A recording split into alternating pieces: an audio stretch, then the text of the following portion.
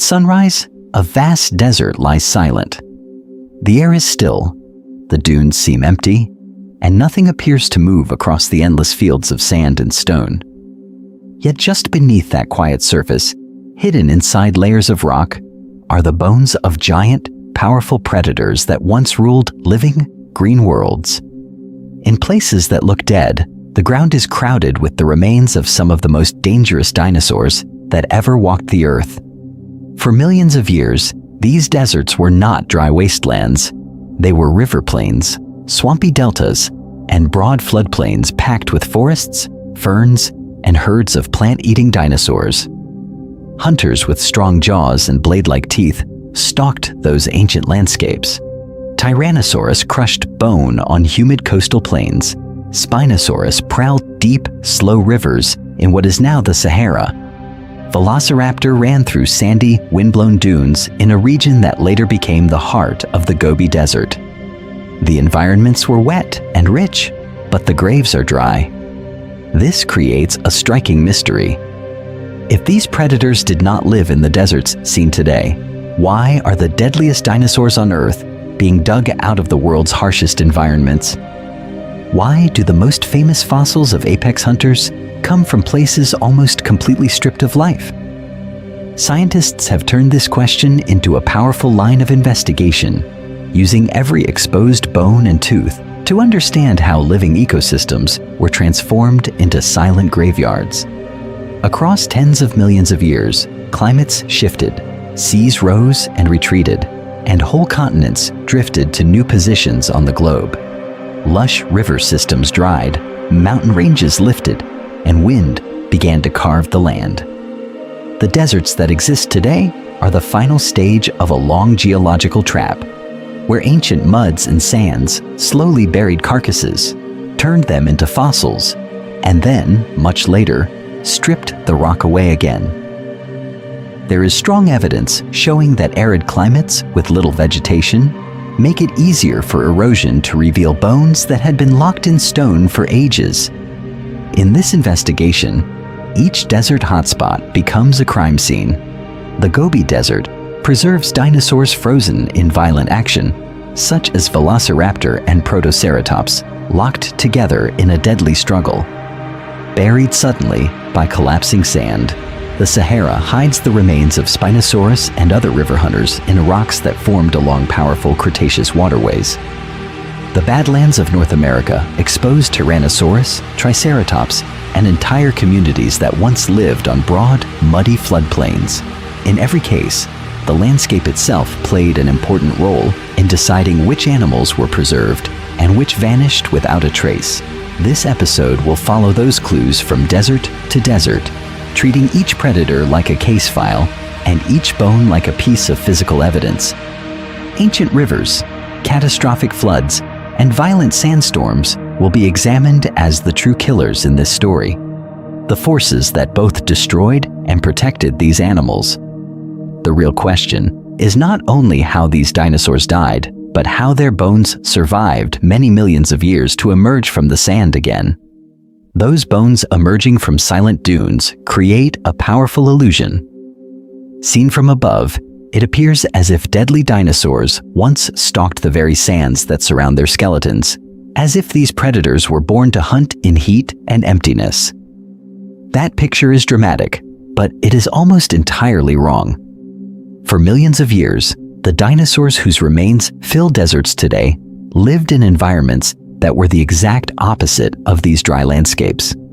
Many of the most dangerous hunters thrived in green floodplains, swampy deltas, and forested river valleys filled with water, mud, and dense plant life.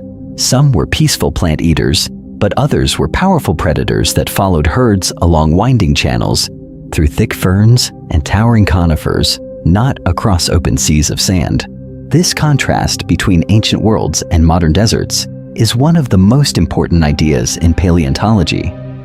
The rocks exposed in deserts are not just bare stone. They are time capsules from environments that vanished many millions of years ago. Layer by layer, they preserve river channels, lake beds, and flood deposits that recorded how carcasses were moved, buried, and sealed away. Scientists have evidence showing that these buried landscapes often looked more like seasonal wetlands or lush coastal plains than anything seen in the regions today. A powerful example lies in the Morrison Formation of the western United States. This region, famous for skeletons of Allosaurus, Diplodocus, and Stegosaurus, is now a dry expanse of badlands and rocky hills. Yet during the late Jurassic, it formed a broad floodplain crossed by strong river systems that flooded again and again. Heavy rains turned the ground into deep mud, channels shifted, and drowning events swept dead or dying dinosaurs into low areas where their bodies collected.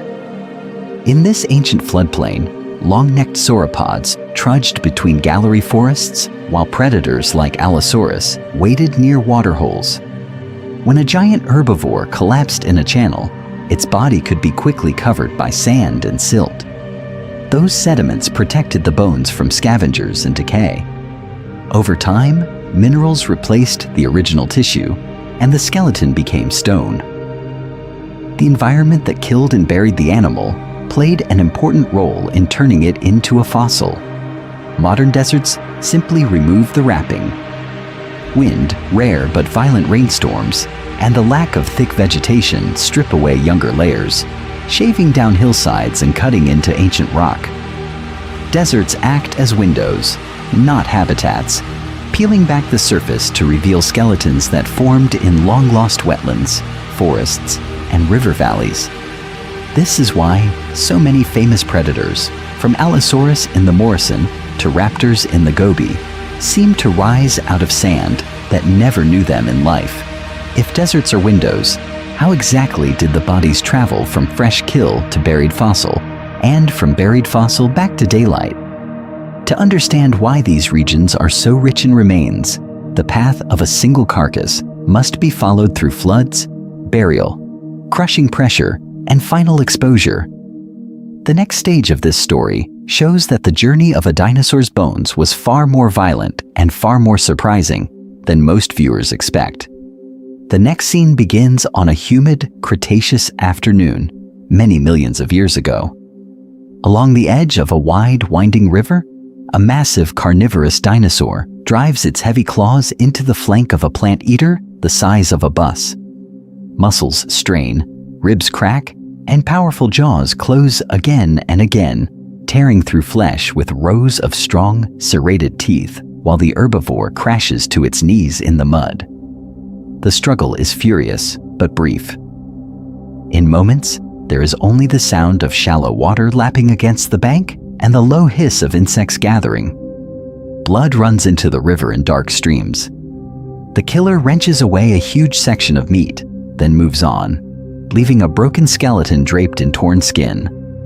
Above, the air fills with the calls of pterosaurs and distant scavenging dinosaurs closing in on the smell of fresh death. Under normal conditions, this is where the story ends. Smaller predators rip away muscles and organs. Jaws crush ribs and limb bones, scattering fragments across the floodplain. Insects lay eggs in the soft tissue, and bacteria begin their silent work almost at once. Within days, the carcass collapses in on itself. Within weeks, sun, scavengers, and microbes erase almost every trace. Scientists have evidence showing that in most ancient environments, a kill like this would vanish completely long before it had any chance to become part of the fossil record. For this particular predator, something different happens. Dark clouds build upstream, heavy rain falls far from the kill site, and the quiet river rises without warning. A sudden flood undercuts the muddy bank, and the half-stripped body slides forward, rolling into deeper water. In a single violent moment, it is dragged downstream and slammed into a bend where the current slows and thick, silty water begins to drop its load. Here, the turning point is burial. Waves of mud and sand sweep over the carcass, pushing it flat, covering it in a heavy wet blanket. The remaining flesh rots, but the bones are now shielded from large scavengers and from most of the oxygen that drives rapid decay. Layer after layer settles from each flood and storm, pressing the skeleton deeper, locking it away. Fossilization is not the rule. It is one of the most unlikely outcomes a dead dinosaur can experience. Over thousands, then millions of years, those layers harden into sedimentary rock. Each sheet of sand, silt, or clay records a separate event: a flood, a channel shift, a storm-driven surge. Groundwater moves slowly through the buried remains, carrying dissolved minerals that replace the original bone, turning it into stone while preserving its shape. In this way, the predator's skeleton becomes a fossil, sealed inside a stack of rock that functions like layered time. Scientists have long noted that such burial events almost always happened in dynamic, water-rich environments. Ancient rivers, deltas, lakes, and coastal swamps played an important role in concentrating bones, covering them rapidly, and protecting them from destruction. Yet many of these once lush floodplains are found today in the heart of deserts. How did thriving wetlands become barren seas of sand? And why do those dry landscapes reveal so many bones at the surface? Over many millions of years, those quiet, buried skeletons did not move, but the planet around them never stopped. While dinosaur bones sat locked inside solid rock, continents drifted, oceans opened and closed, and whole mountain ranges slowly rose and wore down again. Climates swung from steamy and tropical to cold and dry, and then back to warm, changing the environment above the hidden fossils again and again. In many regions, the lush floodplains that once cradled dinosaur carcasses were later squeezed, lifted, and tilted by powerful forces deep within the earth. Layers of ancient river mud, sand, and lake deposits that had formed flat, low-lying surfaces were pushed upward to form plateaus and highlands. As those tilted slabs reached the surface, rainwater began to carve into them, cutting valleys and gullies and peeling away the softer rocks that surrounded the fossil bones.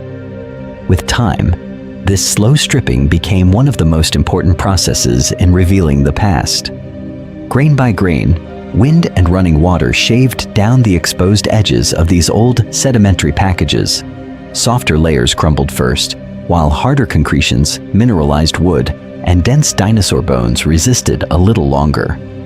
In many badlands, this difference in strength means that the first hint of a buried skeleton is a single fragment of strong, weathered bone lying loose on a slope. Modern deserts are especially effective at this kind of geological surgery.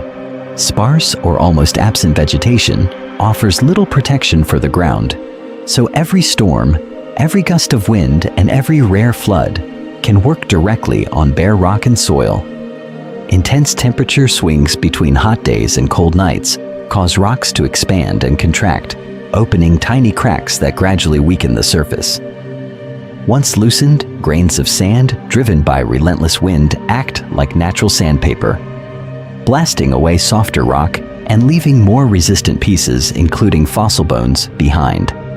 This is why deserts such as the Gobi in Asia, the Sahara in North Africa, and the Badlands of Western North America are among the best places on Earth to search for dinosaur fossils. These regions are not where most dinosaurs lived. They are where the planet has done the excavation work. Overburden that once lay hundreds of meters thick has been carefully removed, exposing cross-sections of ancient rivers and lakes. Scientists have evidence showing that many desert fossil beds still preserve ripple marks, mud cracks, and even plant remains from the original wet environments. Here, a pattern interrupt appears. The image of a desert hunter must be questioned. Some of the most terrifying predators known, including Velociraptor from the Gobi and Spinosaurus from the Sahara, were not creatures of endless sand seas. Their sharp teeth, limb proportions, and associated fossils point instead to river margins, forests, and sprawling deltas. Yet their bones rise today from dunes and eroded cliffs because deserts are simply the final act in a very long geological story, setting the stage for detailed case studies of these powerful hunters. In one of the driest regions on Earth, the land itself seems almost empty. The Gobi Desert of Mongolia and northern China stretches for hundreds of kilometers. a silent ocean of sand and stone. Days can be scorching, with shimmering heat rising from pale dunes and jagged rocky outcrops. Nights fall quickly, the air turning sharp and freezing, with only the sound of wind racing across bare ground. It appears lifeless. Yet beneath this quiet surface lies one of the most remarkable dinosaur graveyards ever discovered. For millions of years, this harsh landscape has been stripping away its own skin. Thin soils, sparse plants, and powerful gusts of wind remove loose sediment grain by grain. As cliffs and slopes crumble, fragments of white and brown bones begin to appear. To a trained eye, a single curved edge of fossil in the sand can signal an entire skeleton hidden just below. In this environment, every ridge becomes a potential crime scene, every low hill a possible mass burial site waiting to be uncovered.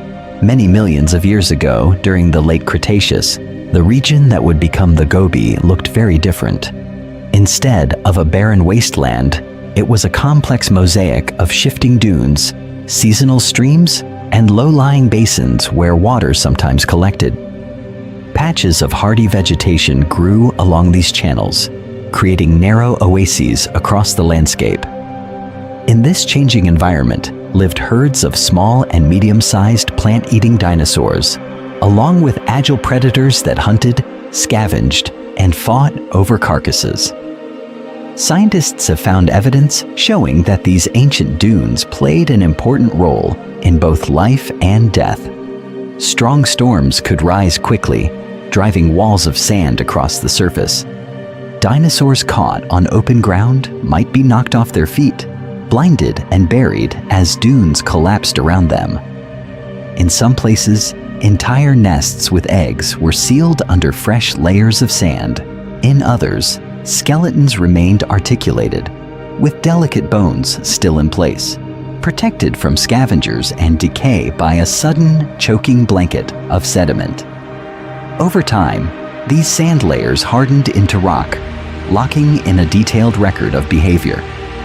Fossils in the Gobi include not only scattered bones, but also nests, clutches of eggs, and even trackways that show how animals moved across the dunes. There are skeletons with throat bones preserved, fragile skulls with fine teeth still in their sockets, and small predators with curved claws ready to strike.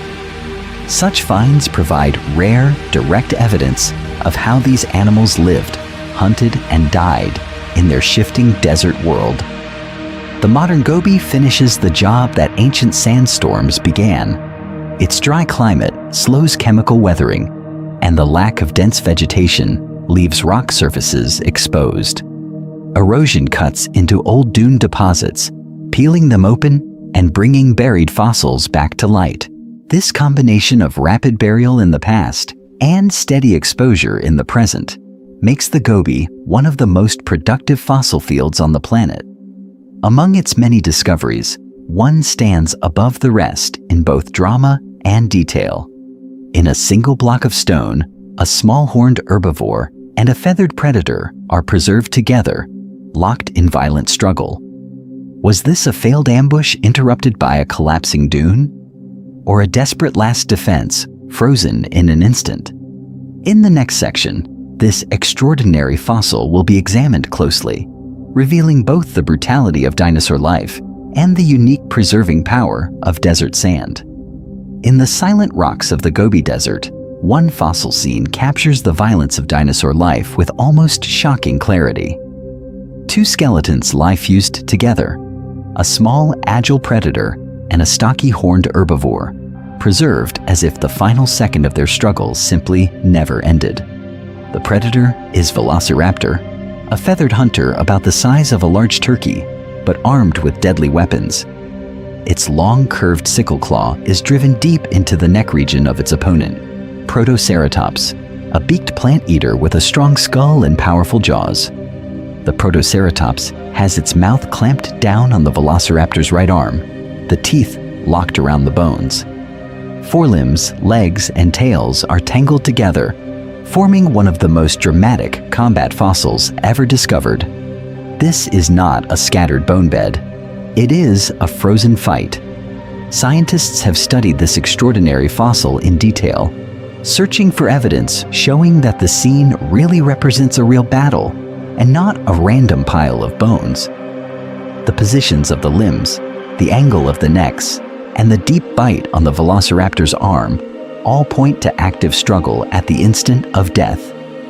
The velociraptor's sickle claw, held out from the second toe, is exactly where it would be expected if the animal was kicking or gripping soft tissue. Protoceratops, though smaller than giant horned dinosaurs such as Triceratops, clearly fought back with great force. What kind of event could kill both animals so suddenly and preserve their final moves in such detail? Many scientists think a collapsing sand dune or violent sandstorm played an important role. In this interpretation, the two dinosaurs were already locked in combat when unstable sand above them gave way. Within moments, both bodies were buried under fine-grained sediment. Suffocated and trapped, they never separated. The sand packed around their skeletons, supporting delicate bones and even preserving the three-dimensional pose of their struggle. This ancient disaster also depended on the special anatomy of Velociraptor. It had grasping hands with curved claws, a long stiffened tail for balance, and sharp teeth in a narrow snout. These traits formed a close-quarters hunting package. The combat fossil provides direct evidence showing that the famous sickle claw was used in real attacks, not just for display. It also reveals that Velociraptors sometimes targeted prey that could seriously injure or even kill it, rather than only small, helpless animals. Many millions of years later, desert winds in the Gobi removed the overlying rock and brought this deadly encounter back to the surface. The same kind of sandy environment that first buried the dinosaurs eventually exposed them. Without that combination of rapid dune collapse and slow modern erosion, this lethal meeting would have vanished completely, and scientists would still be guessing how small predators like Velociraptor actually hunted. What other hidden battles are still sealed beneath desert sands, waiting for the wind to uncover them next? Those hidden battles were not the only secrets trapped in the dunes. In the same Gobi sands that preserved fighting predators, entire dinosaur families were frozen in place, caught in a single terrible moment. Instead of claw marks and bite wounds, the fossils here show circles of eggs, tiny bones, and even adults locked in protective poses over their nests. Many millions of years ago, small ceratopsians like Protoceratops and feathered predators such as Velociraptor shared this shifting desert of dunes and seasonal streams. On low sand ridges, plant-eating dinosaurs scraped shallow bowls, then laid their eggs in careful rings, sometimes 2 or 3 layers deep.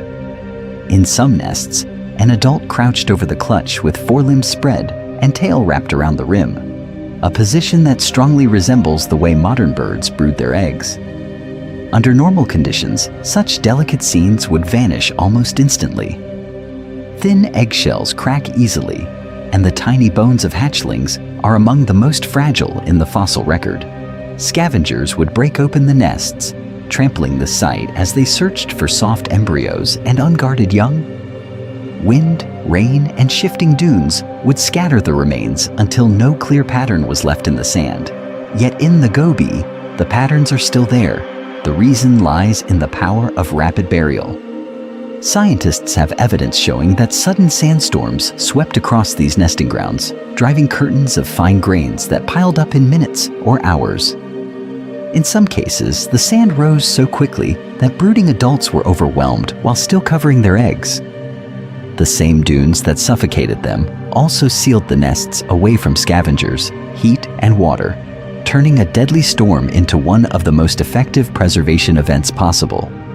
Because of this, paleontologists can read these nesting sites almost like crime scene diagrams. The spacing of eggs reveals clutch size and how the parents arrange them for warming. The position of adult skeletons, with arms spread and heads lowered, provides strong evidence showing that parental care played an important role in the lives of these dinosaurs. Layers of sand above and below the nests even record the rhythm of storms. hinting at how often these animals faced the danger of burial while trying to raise their young. These fossils expose an unexpected side of dangerous dinosaurs. The same predators that used sharp teeth and strong jaws to hunt were also attentive guardians, risking death to shield their offspring from the harsh environment around them. Deserts, by stripping away rock and soil, are revealing these intimate, vulnerable moments that would otherwise have disappeared completely. This shift from killers to caregivers also prepares for another change. In the Gobi, windblown sand was the main force turning life into stone.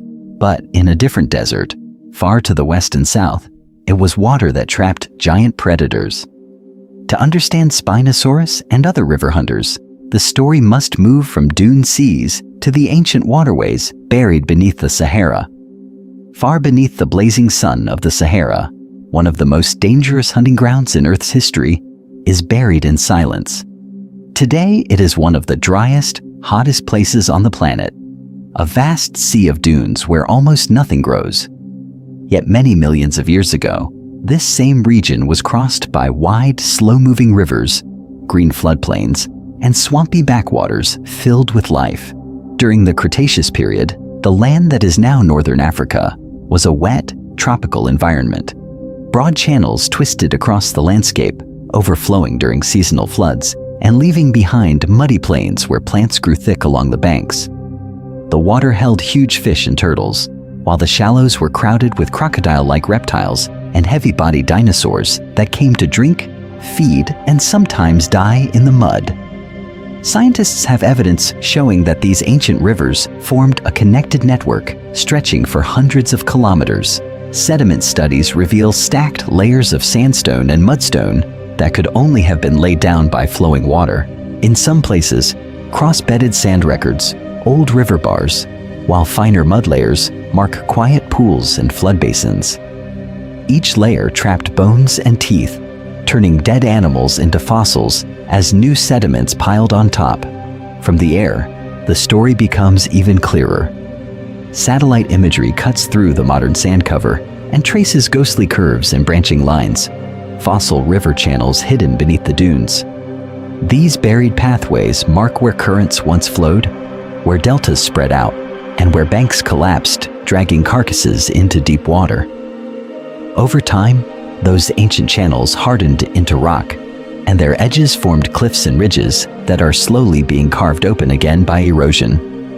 Along these rocky windows into the past, some of the most fearsome predators of all time have been found. The Sahara's Cretaceous rivers were home to Spinosaurus, a massive, semi-aquatic hunter with a long, narrow skull lined with conical teeth designed to grip slippery prey. Sharing the waterways was Sarcosuchus, a giant crocodile-like reptile with strong jaws and a body built for ambush in murky shallows. Their bones weather out of remote desert outcrops, turning isolated cliffs into graveyards of river monsters. In this harsh modern environment, the same forces that make life difficult also help reveal the past. Sparse vegetation leaves the ground bare, and constant wind-driven sand scrapes away at the rock. Small fragments of bone, a single tooth, or the curve of a vertebra can stand out clearly against the pale surface. This makes the Sahara one of the most productive places on Earth for finding predatory fossils, transforming once-hidden river systems into open-air museums of powerful jaws and shattered skeletons. Yet Spinosaurus still stands apart. Its strange body plan, its relationship with water, and its role in these ancient ecosystems have played an important role in changing how scientists think about deadly dinosaurs. How did a partly aquatic killer evolve in a world dominated by land hunters? And why are its remains locked inside a desert? To answer that, the story must dive deeper into the life of Spinosaurus itself. Spinosaurus steps out of this ancient landscape as one of the most dangerous predators ever discovered. Many millions of years ago, during the mid-Cretaceous, this giant hunter ruled the river systems of what is now North Africa. At over 15 meters in length, it was one of the most massive meat-eating dinosaurs known. a creature that turned quiet waterways into hunting grounds filled with sudden violence. Its very name, Spinosaurus, means spine lizard, and that name points directly to its most striking feature. Rising from its back were enormous neural spines, some more than 1.5 meters tall, linked by skin and soft tissue into a jagged sail. In life, this structure would have formed a towering fin above the waterline, creating a silhouette unlike any other predator of its time. Scientists have debated whether this sail helped regulate body temperature, store fat, or signal to rivals and mates, but all agree that it made Spinosaurus instantly recognizable in its environment. The rest of the body tells an equally dramatic story. The skull was long and narrow, lined with conical teeth that were perfect for gripping slippery prey rather than slicing flesh. The nostrils were set back from the tip of the snout, allowing the animal to breathe while most of its head was underwater. Strong forelimbs with large claws, a deep, muscular torso, and shorter hind limbs shifted its center of mass forward. Behind them stretched a long, laterally compressed tail, broad and flexible like a giant paddle. Taken together, these features are powerful evidence showing that Spinosaurus was adapted for a semi-aquatic lifestyle in rivers, lagoons, and vast deltas rather than open, dry ground. The rocks that hold its fossils confirm this picture. Spinosaurus remains are recovered from thick layers of sandstone and mudstone that formed in ancient channels, sandbars, and floodplains. These sediments were laid down as rivers shifted, flooded, and retreated across a humid landscape packed with giant fish, crocodile-like reptiles, and other dinosaurs. Over millions of years, mud and sand buried carcasses, sealing bones beneath the riverbeds. Those same deposits, compressed and turned to stone, are the rock formations that stretch across parts of the Sahara Desert today. Here lies the paradox. A predator built to dominate water is known mainly from bones eroding out of one of the driest regions on Earth. How did a lush, river-rich world transform into endless dunes? And why do those dunes expose Spinosaurus while hiding so many other creatures? Scientists have pieced together that tectonic uplift, changing sea levels, and relentless erosion played an important role in stripping away overlying layers, leaving the old river rocks at the surface. But the full story of how a river tyrant became a desert fossil grave marker leads to a deeper question. What special combination of death, burial, and deep time turns a living monster into a skeleton waiting in the sand? To answer that question, the story must return to a very different Sahara, many millions of years ago. In the late Cretaceous, the land that is now eastern Morocco was not an empty desert of stone and wind. It was a broad, swampy river valley with channels that twisted and split, lined by dense vegetation and shaded banks where life gathered in dangerous numbers.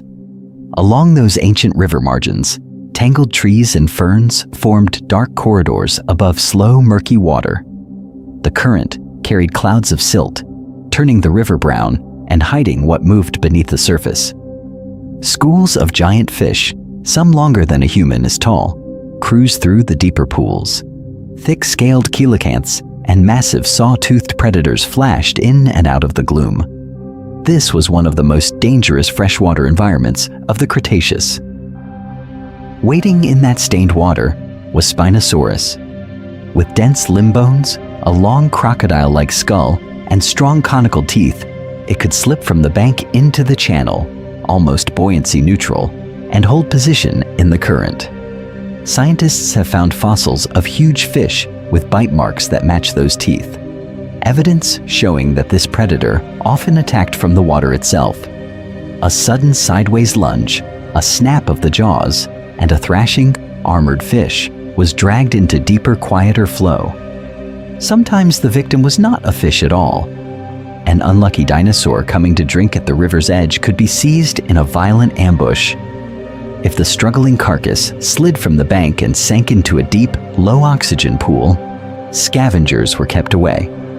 In such dark pockets, The lack of oxygen slowed decay and protected the bones from being scattered. In other cases, a seasonal flood did the burying instead. As storm-fed waters surged through the channels, pulses of sand and mud rushed over stranded bodies, entombing them in a single, powerful event. Over thousands and then millions of years, the river returned again and again to these low spots. Each flood laid down a new sheet of sand or silt, stacking layers above the buried skeletons. The weight of these layers compressed the sediment, turning loose grains into rock. Groundwater moved slowly through these beds, carrying dissolved minerals that infiltrated the buried bones. Bit by bit, original tissue was replaced or filled, until fragile bone became durable stone. Scientists have mapped these stacked river deposits across the Sahara, with evidence showing that tectonic uplift and a drying climate later raised them above sea level. As the region shifted from wet floodplains to arid desert, the rivers vanished, but their rock remained. Wind stripped away softer layers, and rare but violent rainstorms carved gullies and cliffs through the ancient channels. The same forces that once drowned and buried the prey of Spinosaurus are now tearing open its graveyards. Floods that once sealed the bones now help expose them. Wind that sculpts dunes also peels back rock from vertebrae and teeth. In this way, the killers and their victims return to the light, setting the stage for the next question. How do scientists read these shattered river cemeteries to reconstruct the hunting lives of Spinosaurus itself? Those shattered river cemeteries do not give up complete skeletons very often. Instead, the Sahara tends to surrender Spinosaurus one bone at a time. Many fossils of this predator are fragmentary. An isolated vertebra here, a piece of lower jaw there, a handful of limb bones scattered across a slope. Yet in this harsh desert environment, erosion does something very selective. It exposes the hardest, most distinctive parts first. Among the dunes and rocky shelves, the towering neural spines are often the stars. These are the tall extensions rising from the vertebrae that once formed the famous sail or crest along the animal's back. Built from strong, dense bone, they resist weathering better than many other parts of the skeleton. As wind strips away softer rock, the tips of these spines begin to appear in cliff faces and canyon walls, like rows of stone stakes emerging from the past. Their size and shape give scientists one of the most striking clues to Spinosaurus's overall design. The skull tells a different story, and the desert reveals it in smaller pieces. Spinosaurus had a long, narrow snout lined with conical crocodile-like teeth. These teeth were not blade-like slicers. They were round in cross-section, ideal for gripping and holding slippery prey in water. Many teeth break free from the jaws after death. Over millions of years, they roll out of the rock and end up loose on the desert surface, glinting among sand and pebbles. Scientists have gathered hundreds of these isolated teeth, evidence showing that this giant hunter spent much of its life seizing fish and other aquatic animals. The vertebral spines are only part of the body plan. Deep in the cliffs, dense limb bones and heavy ribs also begin to emerge. These bones are more solid than in many other theropod dinosaurs, with fewer internal air spaces. That extra weight would have reduced buoyancy, helping the animal stay submerged and move through water with powerful strokes of its tail and legs. By tracing how these elements are stacked in the rock layers, scientists can reconstruct proportions. Shorter hind limbs, strong forelimbs, and a body balanced for swimming rather than sprinting across land. Without the Sahara's relentless erosion, these scattered pieces might have remained locked inside stone forever. The picture of Spinosaurus would be far more speculative and incomplete, based on a few uncertain bones and many guesses about behavior and environment. Instead, the desert has played an important role as a natural preparator, slowly removing the rock that once buried this predator many millions of years ago. Spinosaurus is not alone in this rocky archive of killers. From the same Sahara formations, the blade-toothed Carcharodontosaurus and massive crocodile relatives also emerge. Their jaws and teeth telling of different hunting strategies in the same ancient rivers. But how did all of these deadly forms share one environment without destroying each other's chances to survive? Carcharodontosaurus helps answer that question. This giant predator, whose name means shark-toothed lizard, was one of the most fearsome hunters in Cretaceous North Africa. Its long, deep skull was lined with blade-like, serrated teeth, more like the slicing edge of a butcher's knife than the thick, crushing teeth of Tyrannosaurus. Each bite was designed to open huge wounds, letting blood loss and shock finish what its powerful jaws began. Fossils of Carcharodontosaurus do not appear in isolation. Skulls, isolated teeth, and strong limb bones are found in the same broad rock units that preserve Spinosaurus, especially along the great Cretaceous river systems that once crossed the region. Scientists have evidence showing that these dinosaurs shared overlapping habitats on lush floodplains where herds of large plant eaters moved between channels and seasonal lakes. In life, this landscape was green and humid, but in the desert cliffs of the Sahara, only the bones remain. These shared formations reveal that the ancient rivers were not ruled by a single apex hunter. Alongside the teeth and bones of Carcharodontosaurus and Spinosaurus, paleontologists uncover the remains of gigantic crocodile-like reptiles, such as Sarcosuchus. This massive animal, sometimes called the super croc, grew longer than a bus, with a long snout packed with sharp conical teeth, perfect for gripping struggling prey. In this environment, the water itself was dangerous. Together, these predators formed a deadly guild along the river margins. Spinosaurus hunted in and around the channels, targeting giant fish and perhaps scavenging carcasses. Carcharodontosaurus, with its slicing teeth and powerful legs, likely focused on large land animals that came to drink or cross the floodplain. Sarcosuchus waded low in the water, ready to ambush anything that ventured too close to the bank. Each hunter played an important role, taking different prey and using different strategies, yet all depended on the same rich river systems. The modern Sahara cuts through these ancient environments like a series of deep, natural cross-sections. Eroded cliffs, plateaus, and isolated buttes expose stacked layers of sandstone and mudstone, each layer representing a different moment in time. In one layer, the teeth of Carcharodontosaurus might dominate. In another, Spinosaurus vertebrae and crocodile armor plates tell of changing river channels and shifting predator-prey dynamics over millions of years. The desert surface is only the latest chapter written over these buried worlds. This is why deserts are so important for understanding dangerous dinosaurs. The dry climate, sparse vegetation, and constant wind strip away softer rock and reveal concentrated fossil beds that record entire communities, not just isolated skeletons. Scientists have learned that what appears today as empty sand once held crowded ecosystems full of powerful hunters and vulnerable prey. But if deserts can expose such detailed predator guilds, what other hidden patterns in ancient life are still waiting in the next layer of rock? To find the next pattern, the search moves from the shifting dunes of Africa and Asia to a different kind of desert graveyard. In western North America, the Badlands of Montana, South Dakota, and Alberta form broken, semi-arid landscapes where the wind scrapes at the earth and ancient bones lie almost in plain sight. These badlands are carved into a maze of gullies, hoodoos, and barren ridges. Thin layers of soft rock peel away on steep slopes, and brief but intense rainstorms cut channels through the hills. With little plant cover to protect the surface, each storm and each gust of wind strips off another fragile layer and exposes scattered fragments of dinosaurs.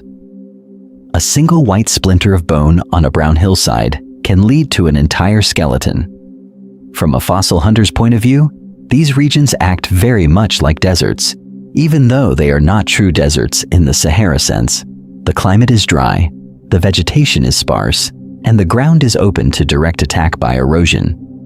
This combination makes them ideal for spotting weathered bones and teeth, because there are few roots, leaves, or deep soils to hide the remains.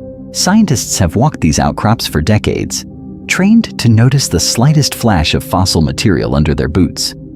Yet the rocks beneath these lonely hills tell a story of water, not drought. During the late Cretaceous, about 68 to 66 million years ago, this land lay along the edge of a shallow inland sea. Wide rivers wandered across broad floodplains, dropping sand in channels and mud on their banks.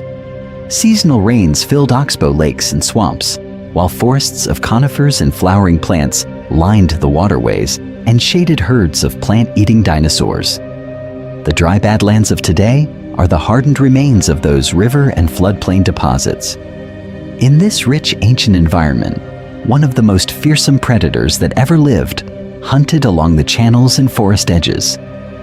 Tyrannosaurus rex, with its deep skull, thick neck, and massive bone-crushing jaws, ruled much of this region near the very end of the age of dinosaurs. Its powerful bite, strong legs, and heavy tail made it a dominant apex predator among herds of horned and duck-billed dinosaurs, long before the first humans appeared. Evidence showing that it could both hunt and scavenge comes from bite marks, shed teeth, and broken bones scattered through these rocks. But why is T-Rex known in such extraordinary detail compared with many other giant predators? The answer lies not only in its size, but in the way the Badlands have peeled back the past. As erosion slices through ancient river mud, it turns buried skeletons into open shelves of exposed fossils. Skulls weather from hillsides, vertebrae erode from narrow ridges, and entire bone beds emerge where channels once flowed. Scientists have used this natural excavation to study growth, injuries, and even possible behavior in unmatched depth. And these exposed remains set the stage for an even more surprising question. What can the details inside those skulls and bones reveal about how T-Rex actually sensed and killed its prey? Those skulls and bones do more than reveal senses and killing power. They also point back to an entire world that no longer exists. For millions of years, Tyrannosaurus rex ruled a landscape that looked nothing like the dry Badlands where its fossils are found today. During the late Cretaceous, Western North America was a broad, low coastal plain crossed by wide, meandering rivers. The air was warm and humid, with heavy summer rains swelling channels that wound through dense conifer stands and mixed forests of flowering trees.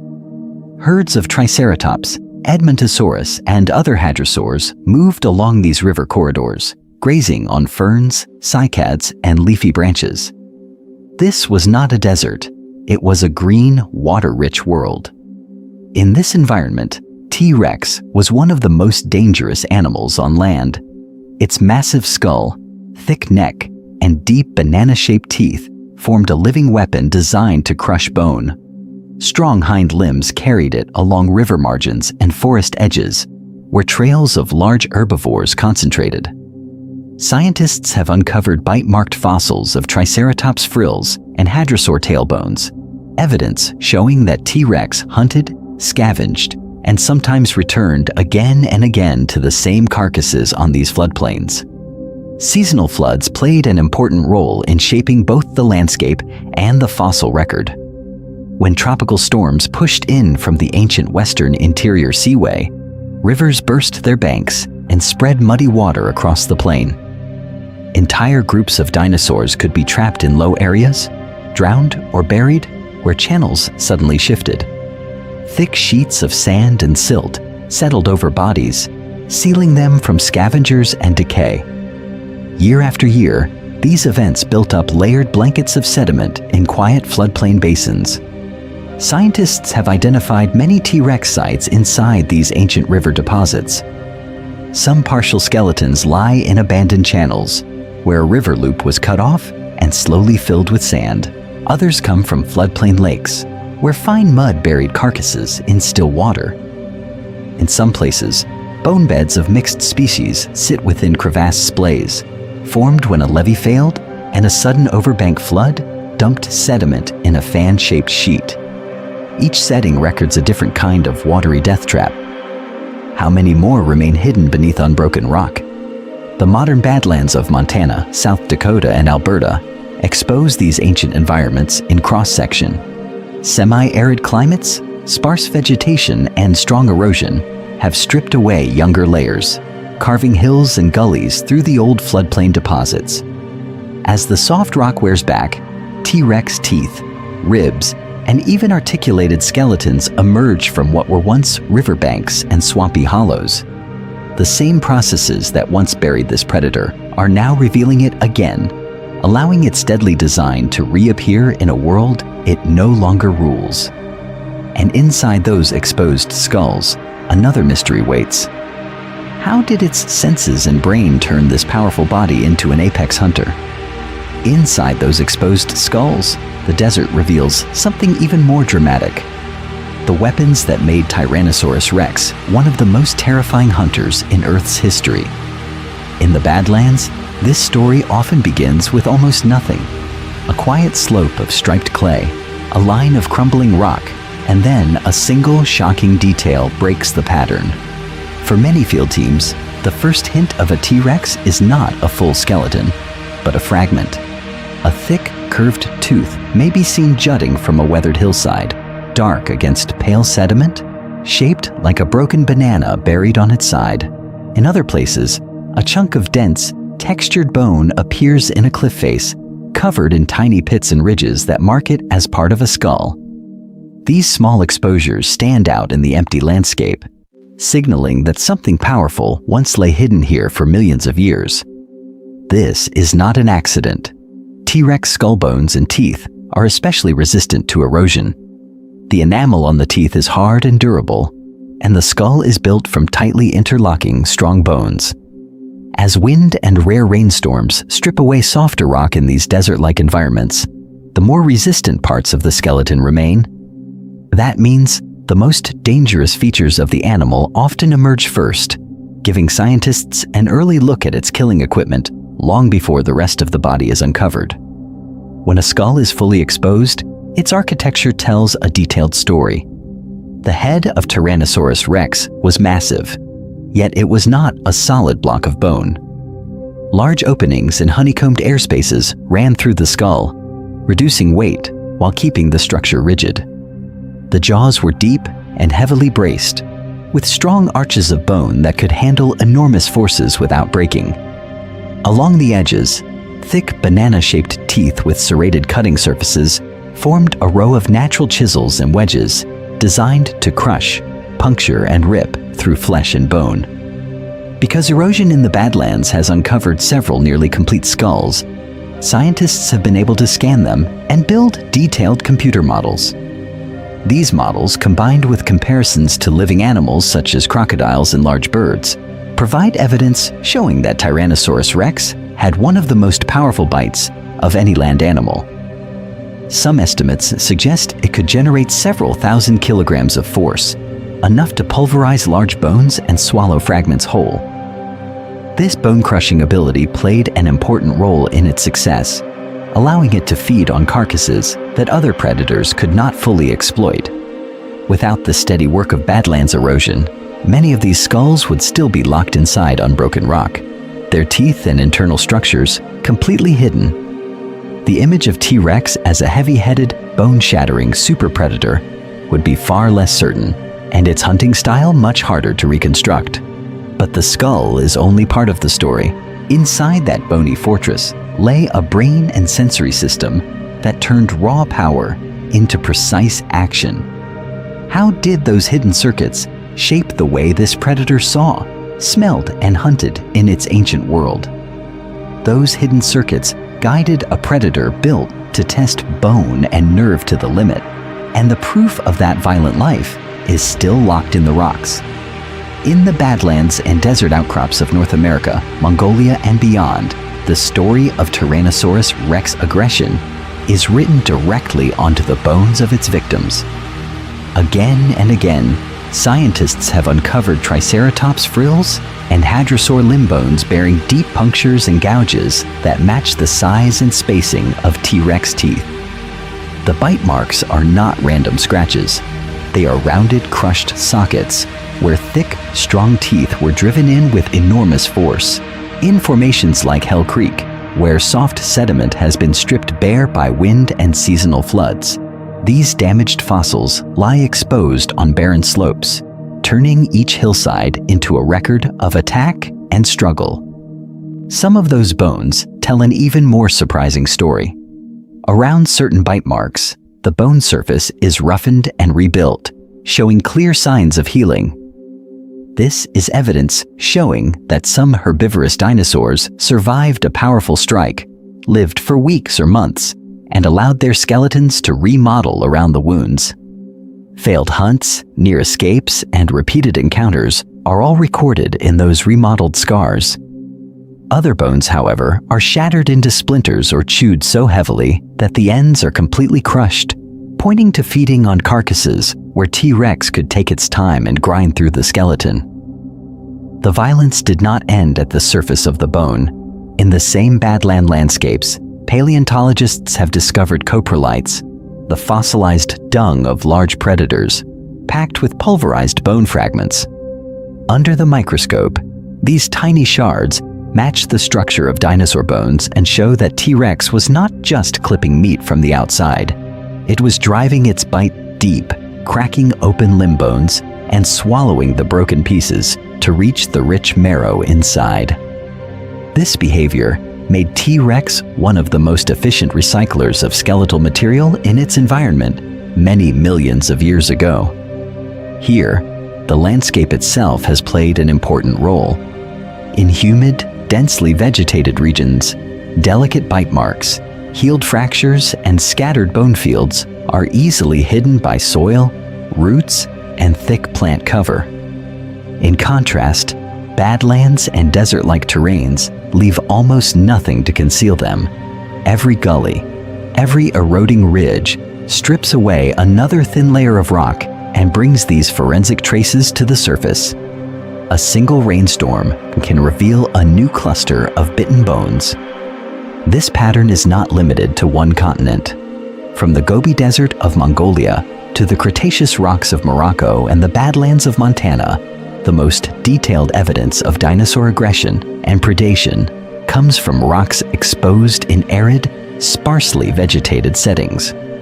Why do so many stories of combat, hunting, and scavenging emerge from places that look lifeless today? Answering that question leads beyond bite marks and broken bones into the global link between ancient ecosystems and the modern deserts that uncover them. On the surface, the mystery seems simple. The deadliest dinosaurs are often uncovered in bare, wind-carved deserts, not in thick green forests. But this is not because deserts raised more killers. It is because deserts reveal what other environments carefully hide. Imagine walking across a dense, modern forest. The ground is wrapped in fallen leaves, tangled roots, moss, and deep layers of soil. Every step sinks into organic debris. Even if strong dinosaur bones were lying just a few centimeters below, they would vanish beneath the carpet of plants and rotting wood. In many humid regions, the eyes cannot even see the rock that holds the fossils, only a living blanket of vegetation. Now picture a barren desert slope or a badland ridge.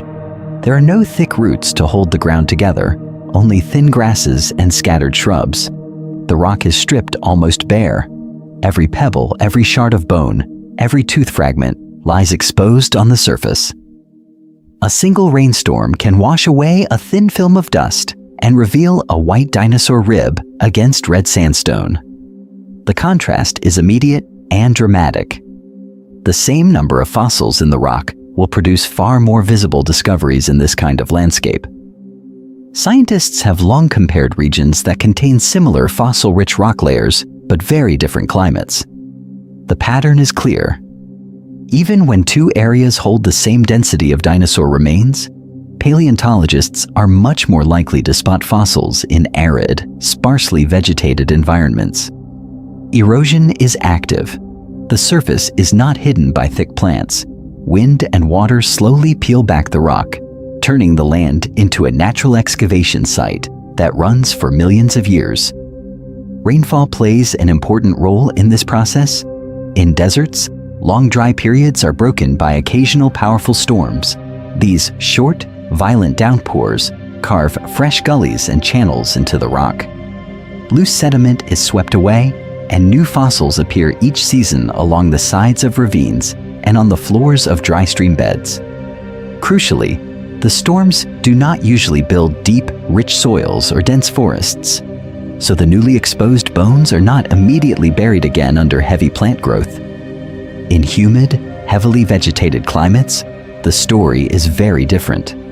Constant rainfall feeds thick soils, deep roots, and chemical reactions that attack bones and shells. Fossils may remain locked far underground, sealed beneath meters of soil and plant matter, or they may be dissolved by acidic water before reaching the surface at all. There is strong evidence showing that this kind of weathering has erased entire chapters of dinosaur history from the visible rock record. This visibility bias means that the predators best known today, from Tyrannosaurus in the Badlands of North America to Velociraptor in the Gobi Desert, are only one of the most accessible groups, not necessarily the most common many millions of years ago. Their reputations are shaped not only by their powerful jaws and deadly teeth, but by the modern environments that make their fossils easiest to find. How many other dangerous hunters still lie hidden beneath forests and swamps? Their bones untouched and their stories untold. Those hidden hunters are uncovered most often in places that seem almost empty of life.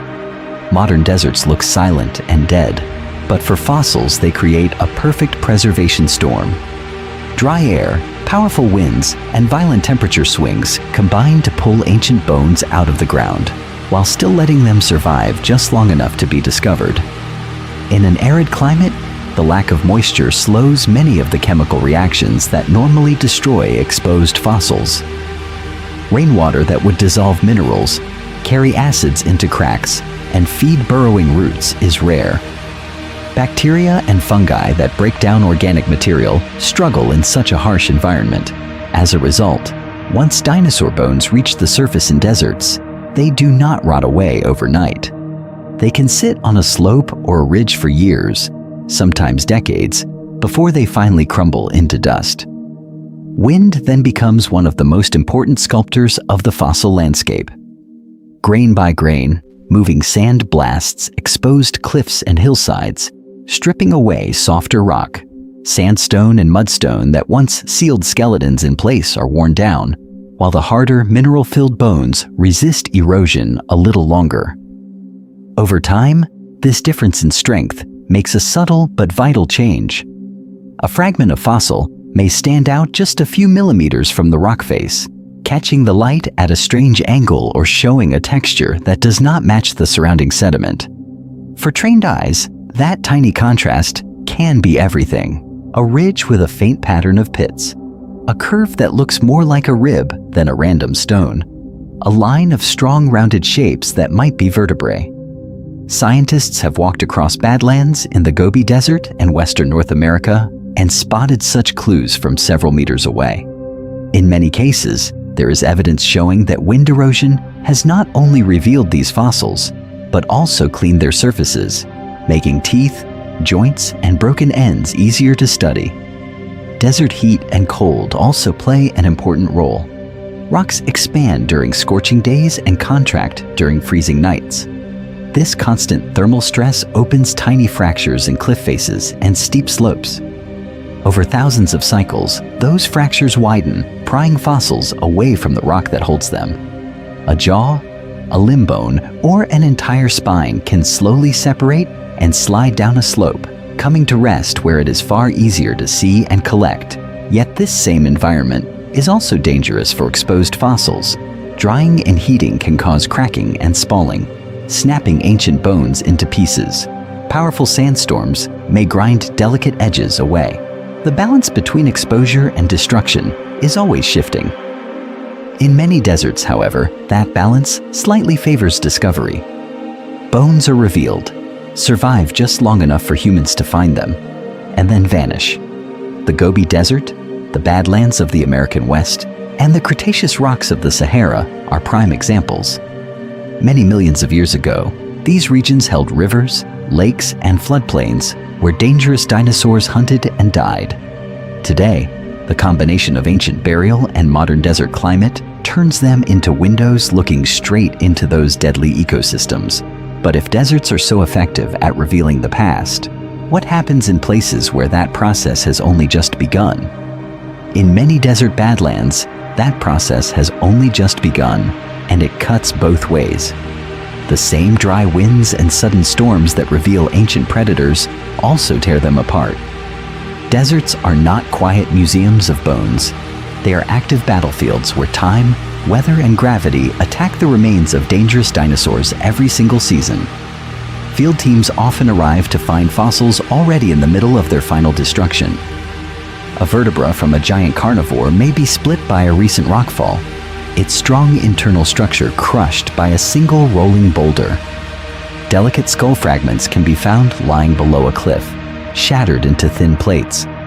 In places like the Gobi Desert and the western interior of North America, cliff faces show ribs and limb bones half eroded out, hanging in space as the softer rock is stripped away. One more winter freeze, and they will fall. Even when fossils reach the open air in one piece, their danger is not over. Once the protective rock is gone, the bones face extreme temperature changes that cause them to crack and peel. Heat in the day and rapid cooling at night make them expand and contract until fine fractures spread through the surface. Rare but intense desert rains can soak into the pores of the bone, dissolving minerals and washing entire skeletons downslope in sudden floods.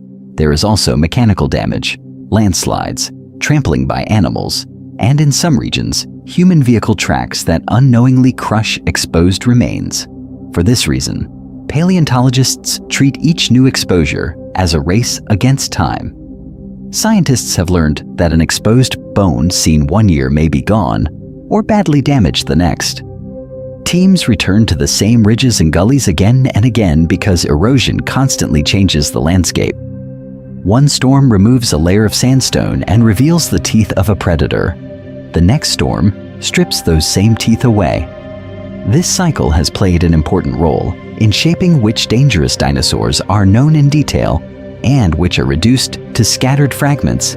Some of the most dramatic fossils on record were discovered in exactly these fragile conditions. The famous Velociraptor and Protoceratops locked in combat from the Gobi were preserved in a collapsed dune. But their bones were already emerging from the cliff when first noticed. Evidence showing that the skeletons of large theropods in Morocco, possibly related to Spinosaurus and Carcharodontosaurus, were found on steep, crumbling slopes. Suggests that only a few more seasons of wind and rain might have erased them completely. This narrow window creates a striking tension. Our detailed picture of powerful predators that lived many millions of years ago does not come only from their deadly attacks or their strong jaws and slicing teeth. It also depends on a brief modern moment when deserts reveal them and then begin to erase them. What other dangerous dinosaurs are still hidden just below the surface, and how many will vanish before they are ever seen? Deserts do not only uncover the giants. In the same badlands where massive skulls and towering leg bones emerge from the rock, much smaller hunters are also revealed, their lighter skeletons telling a different but equally dangerous story. For millions of years, these agile predators moved through the same ancient floodplains and forests, hunting in the shadows of the colossal meat-eaters. Among the most important of these smaller theropods were raptor-like dinosaurs such as Dromaeosaurus and Troodon. Their fossils are scattered through the badlands of North America, from Montana and Alberta to the Dakotas, often in the very same rock layers that hold Tyrannosaurus and large plant eaters. In the Gobi Desert, related forms ran across dunes and river margins, leaving behind fragments of jaws, claws, and delicate limb bones that hint at fast, coordinated hunters. Rather than solitary giants, these dinosaurs were not as large as Tyrannosaurus, but they were built for speed and precision. Long, slender legs, light but strong bones, and stiff balancing tails suggest that they could turn quickly and chase agile prey. Their skulls carried sharp, slicing teeth, and many species had an enlarged sickle-shaped claw on the second toe of each foot. These deadly predators had gripping claws, cutting teeth, quick reflexes, and surprising brain power. In groups, they may have been one of the most dangerous threats to smaller and medium-sized animals in their environment. Scientists have examined the brain cases of Troodon and similar forms, and found evidence showing that they had relatively large brains for dinosaurs, with expanded regions linked to vision and balance. Forward-facing eyes provided depth perception, while sensitive inner ears helped them track movement and keep steady during rapid chases or sudden jumps. In the Gobi, partial skulls of small raptors show fine details of the snout and teeth, suggesting keen senses of smell and touch that played an important role in locating hidden prey or scavenging carcasses left by larger killers. However, the very features that made these hunters light and fast also made their remains difficult to preserve. Their hollow, thin-walled bones were easily crushed under sediment or destroyed by scavengers and water currents. For these animals, survival in the rock record depended on rapid burial in fine muds or sands, often during sudden floods or sandstorms. In arid regions, gentle erosion by wind and rare rains can slowly peel back layers of rock, exposing a jaw here, a claw there, without completely grinding them to dust. Badlands in Alberta have produced partial skeletons of Dromaeosaurus with strong jaws and robust killing claws, while the Gobi Desert has yielded small raptor skulls with delicate teeth and reinforced snouts. Together, these fossils reveal that deserts are not just graveyards for giant apex predators. They also offer rare, fragile windows into the fast, agile hunters that filled other predatory niches many millions of years ago. What happens when the trail of these smaller killers is followed beyond the deserts, into the wider web of ancient ecosystems that supported them?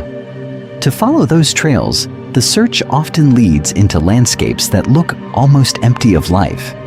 In places like the Morrison Formation of the American West and the Hell Creek beds of Montana and the Dakotas, dry hills and broken badlands hide some of the most dramatic scenes of dinosaur death ever discovered. Entire hillsides are made of bones.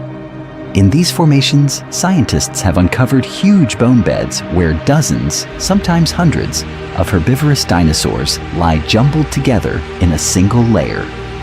Long-necked sauropods from the Morrison, such as Diplodocus and Apatosaurus, are found stacked and twisted, their ribs and limb bones crossing like fallen trees.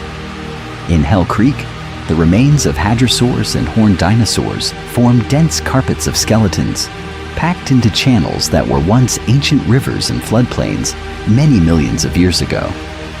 These are not quiet, ordinary deaths. The arrangement of the fossils, the types of rock around them, and the way the bones are broken provide evidence showing that many of these sites record sudden disasters. Some bone beds sit in sediments laid down by powerful floods, suggesting that whole herds were swept away during violent storms. Others show signs of long, slow droughts, where animals may have crowded around shrinking waterholes until the last survivors fell beside the first victims. In certain layers, the pattern looks like a failed migration or a river crossing gone wrong. Large numbers of animals of similar age and species are trapped together, as if a herd tried to cross a deep, fast channel and many drowned at once. In other places, the mix of ages, from tiny juveniles to worn old adults, hints at disease outbreaks that cut through entire populations.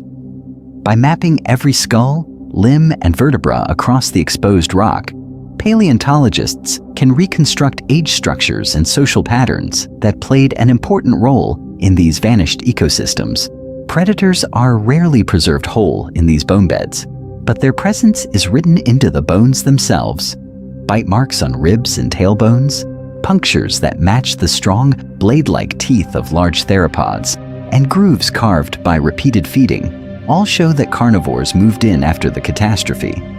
Scattered among the herbivore remains, scientists have found shed teeth from hunters such as Allosaurus in the Morrison and Tyrannosaur relatives in Hell Creek. Each lost tooth is silent evidence of powerful jaws tearing into the concentrated carcasses. The reason these mass death scenes are so visible in deserts is closely tied to erosion. In wetter, more heavily vegetated regions, thick soils and plant roots tend to cover and protect such deposits, hiding them from view. In badlands, rain and wind strip the soft rock away instead, peeling back the surface layer by layer. As a result, a single bone bed can stretch across an entire hillside, turning an eroded slope into a frozen moment of catastrophe that can be walked across and studied in detail. These places show that deserts reveal more than individual killers. They expose the full scale of ancient ecological disasters and the sudden feeding opportunities that shaped the lives of giant predators. But what happens when the trail leads from these mass graves into the quieter layers between them, where danger built more slowly, bone by bone? In those quieter layers, another kind of danger appears. It is not a single disaster, but a slow, repeated trap laid out along ancient rivers. One of the most famous examples is the Morrison Formation, a Jurassic blanket of rock that stretches across much of the western United States, exposed today in semi-arid basins, rocky hillsides, and dry mesas. Many millions of years ago, this region did not look like the broken badlands seen today. Broad rivers wandered across low floodplains, splitting into channels and swamps, bordered by forests of conifers, ferns, and horsetails. In this green environment, enormous sauropods such as Diplodocus, Apatosaurus, and Brachiosaurus moved in herds, their long necks sweeping over the vegetation as they searched for food and water. Living so close to powerful river systems came with hidden risks. The same mud that supported their weight in normal seasons could become a deadly trap when it turned soft and deep. Scientists have found sauropod fossils in positions that suggest the animals became stuck, their huge bodies sinking as they struggled to free themselves. During floods, fast-moving water could knock down even these giants, while in droughts, weakened animals collapsed near the last remaining pools. When a sauropod died along a channel or on a floodplain, its massive carcass played an important role in shaping the fossil record. Scavengers stripped flesh from the bones, but the sheer size of the skeleton meant that many elements remained. As new floods swept across the landscape, sand and mud covered the remains, sealing them away. Over time, these buried carcasses formed rich pockets of bones that later hardened into stone. Today, erosion cuts into those Jurassic River deposits and opens them like a book. Dense quarry sites, such as the famous Carnegie Quarry at Dinosaur National Monument, reveal layer upon layer of sauropod bones stacked together in ancient channel fills. From a distance, the surrounding landscape looks almost desert-like, with sparse plants, bare rock, and dry air. Yet the fossils record a world dominated by water. These were not quiet graveyards. The same rocks that hold sauropod ribs and vertebrae also preserve the remains of dangerous predators such as Allosaurus. Its sharp, curved teeth are often found scattered among the larger bones, and there is evidence showing that some sauropod skeletons carry bite marks that match those teeth. This allows scientists to reconstruct predator-prey interactions along these ghost rivers, where hunters tested their strength against prey many times their own size. Seen on the surface, the Morrison Formation appears as a chain of dry ridges and canyons, but its story lies in the contrast between present and past. Semi-arid conditions strip away soil and vegetation, letting wind and water carve deeply into the rock. In doing so, this environment exposes the hidden channels and floodplains beneath, giving a clear view into river systems that vanished long ago. This means that the familiar image of Jurassic giants and their hunters is filtered through where erosion has done the most work. Desert-like regions act as windows into those ancient waterways, turning buried channels into open walls of bone. But if these ghost rivers can be read in stone, what happens when the trail leaves the riverbanks entirely and enters the dry heart of true sand seas? where dunes themselves became deadly traps. Those sand seas were not the only killers. For millions of years, another kind of deadly landscape lay where rivers met the ocean, turning quiet coastlines into traps for both prey and predators. Some were peaceful plant eaters on broad plains, but others were powerful hunters stalking the edges of water, where mud, tide, and vegetation hid danger in every shadow. Along many ancient shorelines, wide coastal plains and great deltas spread out where rivers poured into shallow seas. These were not empty beaches. They were tangled, swampy environments filled with ferns, conifers, and mangrove-like forests, crossed by shifting channels and tidal flats. In these rich environments, herds of herbivorous dinosaurs moved through the mud, and strong theropods waded among the roots and sandbars, using speed, sharp teeth, and low cover to launch sudden attacks. Scientists have evidence showing that some of the most famous dinosaur-bearing rocks began as these coastal systems. In what is now North Africa, the Cretaceous rocks that hold Spinosaurus and Carcharodontosaurus were once broad river deltas feeding into an inland sea. Layers of sand, silt, and marine mud built up as floods, tides, and storms buried carcasses under fresh sediment. Broken bones, teeth, and even partial skeletons were locked into these muddy beds many millions of years ago, protected from scavengers and decay. Over immense spans of time, sea levels rose and fell, and plate movements slowly pushed these coastal deposits upward. What had been near sea level was lifted thousands of meters, folded and tilted as continents collided or stretched apart. As climates shifted, humid coasts could become dry interiors, and former deltas ended up far from any ocean. The same rocks that once lay under dense wet air were exposed to hot, arid winds instead. Today, this transformation is clearly visible in several famous fossil regions. Parts of the Sahara show cliffs and plateaus made of stacked river and delta sands, with marine shells in some layers and dinosaur fossils in others. In South America, coastal and deltaic deposits that once bordered the Cretaceous seas are exposed in semi-arid badlands, cut into by canyons and gullies. These rocks form striped walls where fossil-rich bands stand out as thin, resistant ledges. Predators preserved in these rocks hunted in environments that looked very different from the deserts that surround their fossils today. Animals that once moved through shallow lagoons, tidal creeks, and swamp forests are discovered in landscapes that could not support them, under skies that rarely produce rain. This sharp contrast between fossil location and original habitat played an important role in confusing early interpretations of dinosaur environments. In the long story of the planet, deserts are often the final resting stage of rocks that began as wet, dangerous hunting grounds. As erosion strips away softer layers, the hardest bones emerge from ancient coastal muds turned to stone. But if coasts and deltas can be reborn as deserts, what happens when the deserts themselves record the last days of these powerful hunters, freezing their final struggles in the very dunes that buried them? Those dunes and badlands create a powerful illusion.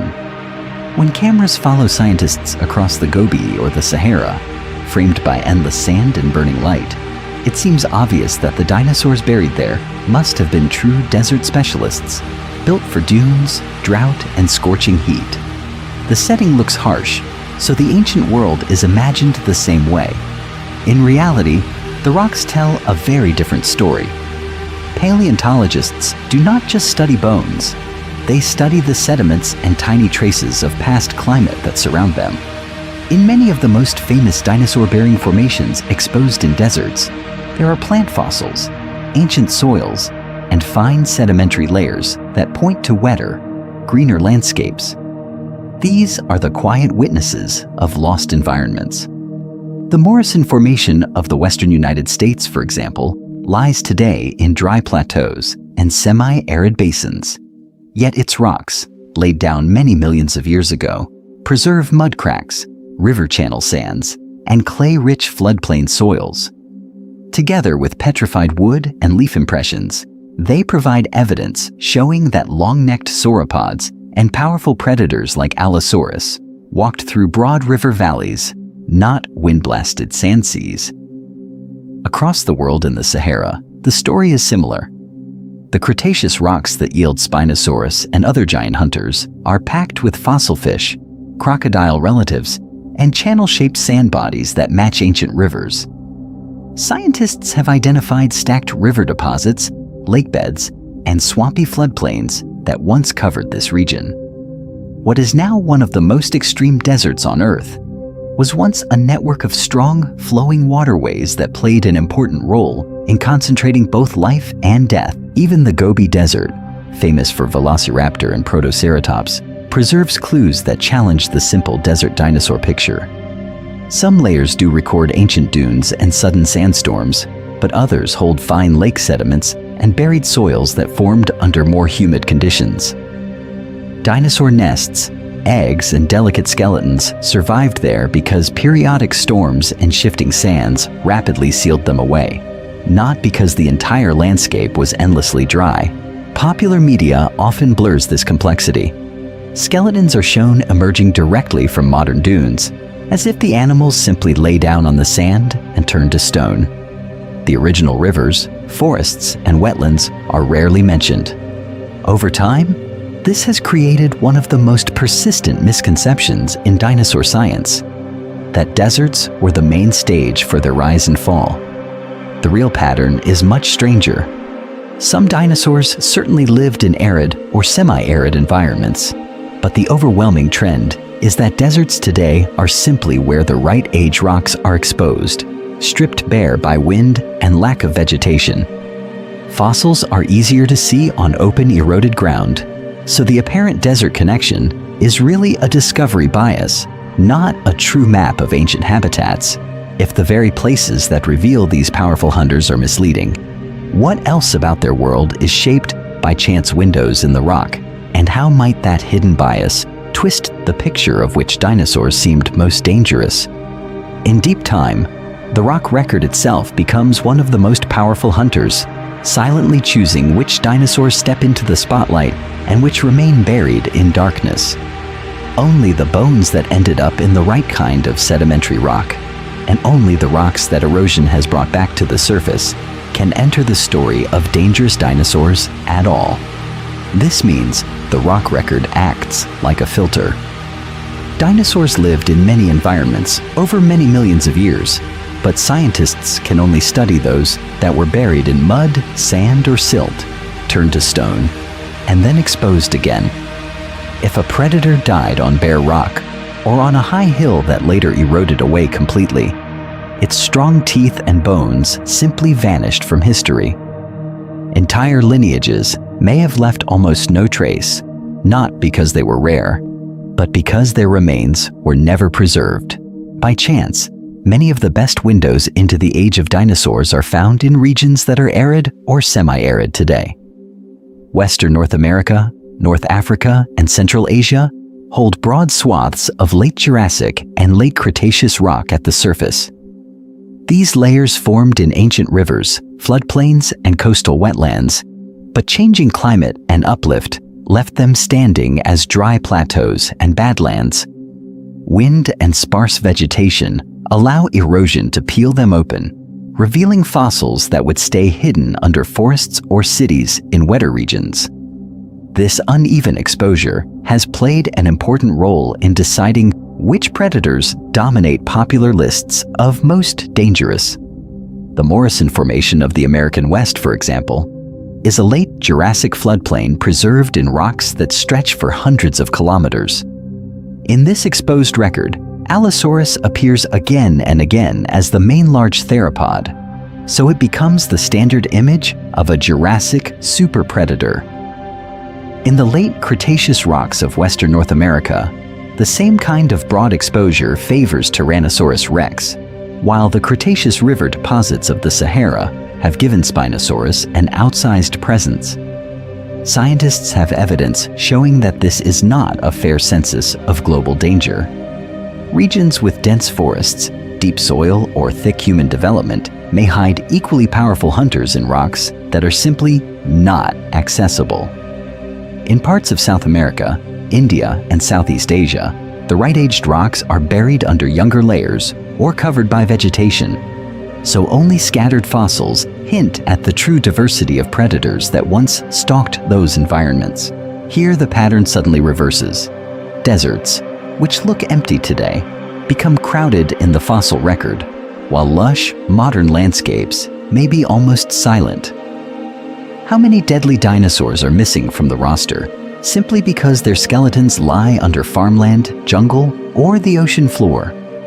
What kinds of specialized hunters with strange skulls or unusual hunting strategies are still locked away in rock that erosion has not yet touched? The next section turns to that mystery, asking what unseen predators might still be waiting for their first glimpse of daylight. Some of the most important clues about dangerous dinosaurs do not come from giant skulls or massive leg bones. Instead, they lie in thin layers of mudstone, spread across desert hillsides, where every step taken many millions of years ago hardened into rock. In places like the American Southwest, the Gobi Desert, and the Sahara, whole trackways of predators and prey are preserved on tilted slabs, once soft river margins and floodplains, now stripped bare by wind and sun. These ancient mudflats acted like wet cement. Heavy theropods pressed deep, three-toed footprints into the ground as they stalked along the edges of channels or crossed wide, shallow ponds. When the mud dried and fresh sediment covered the surface, the tracks were sealed. Today, erosion in arid environments has peeled away the overlying layers, exposing long chains of prints that show not just where a dinosaur died, but exactly how it moved while it was alive. Pace length, toe spread, and depth of impression reveal speed, weight, and even how carefully a hunter placed its feet. In some desert outcrops, multiple parallel trackways run side by side for many meters. Scientists have studied these lines of footprints and found evidence showing that certain medium and large theropods sometimes traveled together. The spacing and direction of the tracks suggest coordinated movement rather than random wandering. This has been interpreted as possible group behavior, or even pack hunting, where several strong predators may have surrounded a herd of plant-eating dinosaurs on the open floodplain. Other surfaces tell a more crowded story. Overlapping prints from large and small theropods crisscross the same patch of ancient ground, with tiny steps weaving between broad, powerful tracks. This pattern hints at complex predator interactions, where different hunters shared the same territory, perhaps following the same herds or even stealing kills from one another. In these places, the ground itself becomes a frozen record of competition and danger.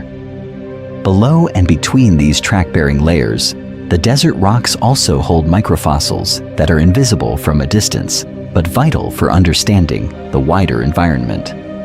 Grains of pollen and spores, trapped in thin beds of silt, show which plants grew along the rivers and lakes that once cut across regions that are desert today.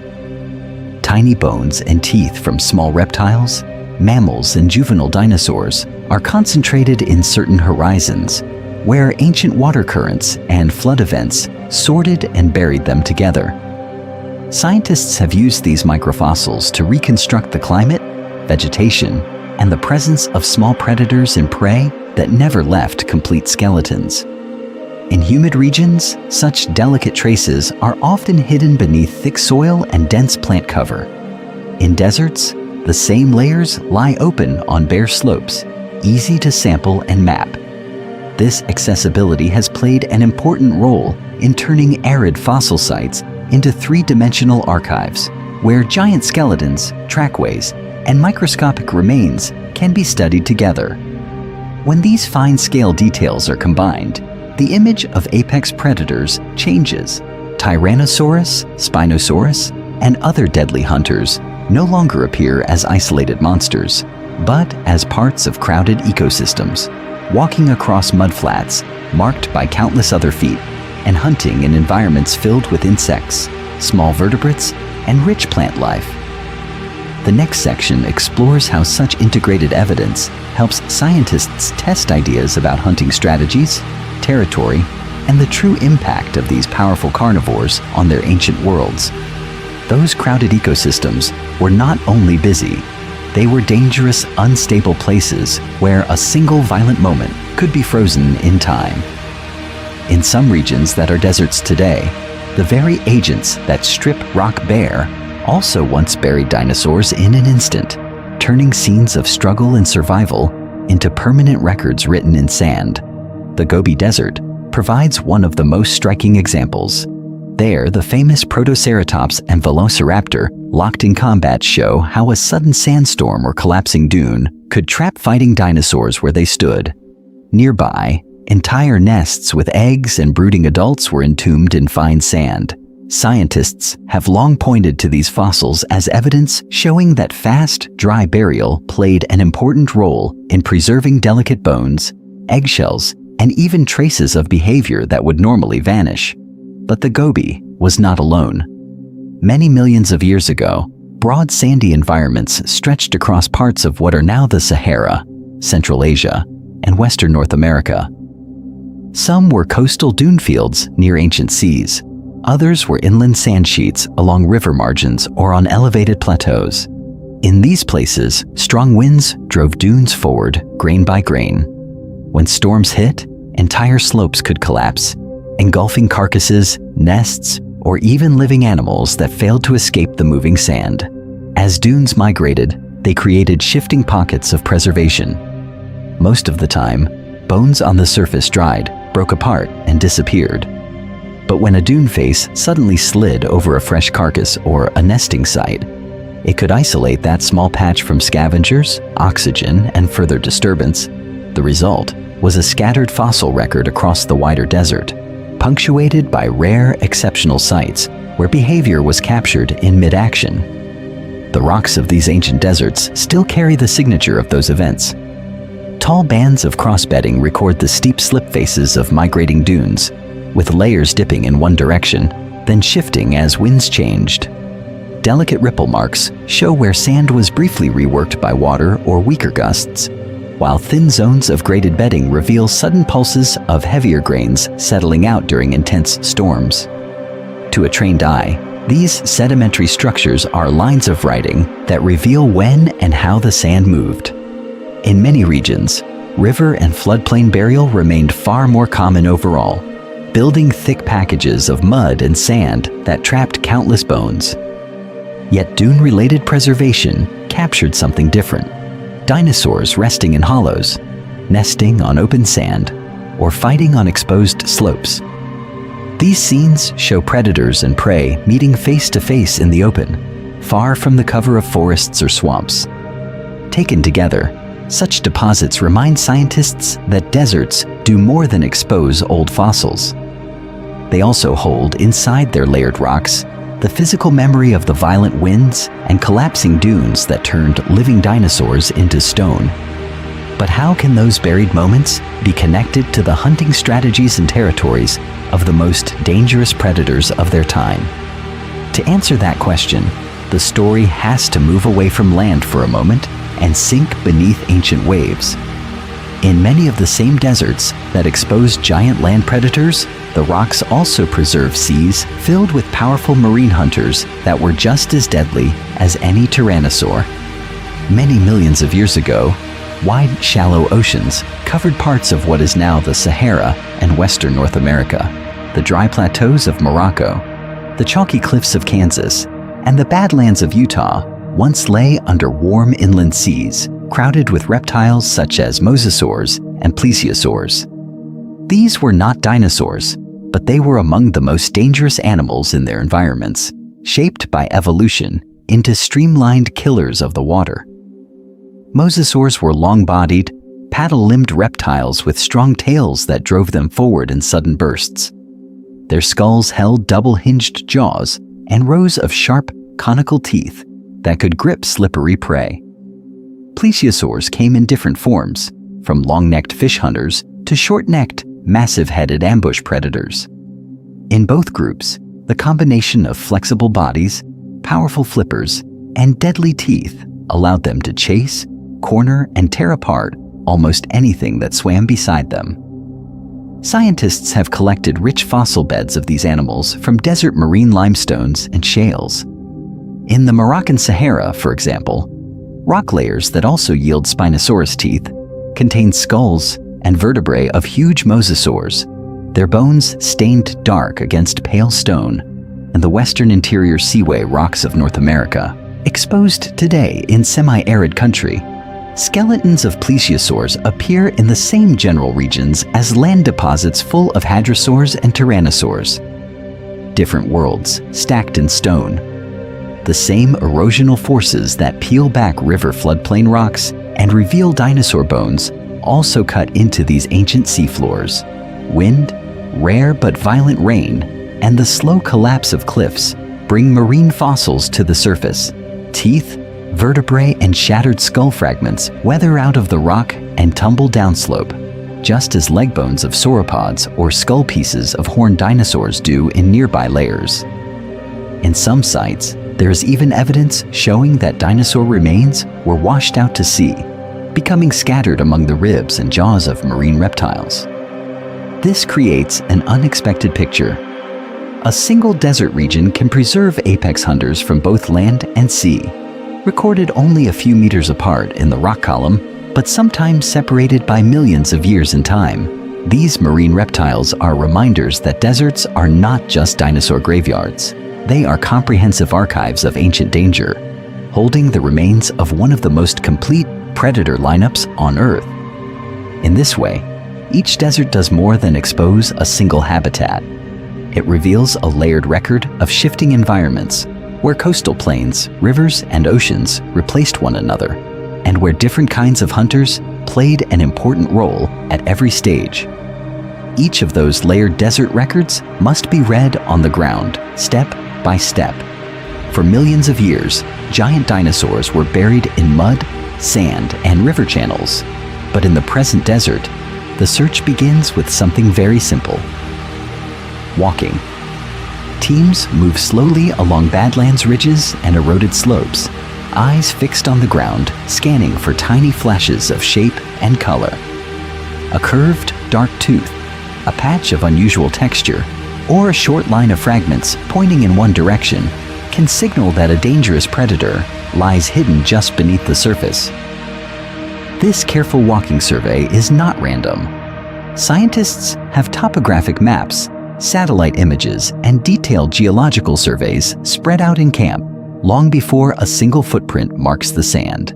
They target rock layers of the right age and the right ancient environment, focusing on former rivers, floodplains, and coastal plains where large meat-eating dinosaurs hunted many millions of years ago.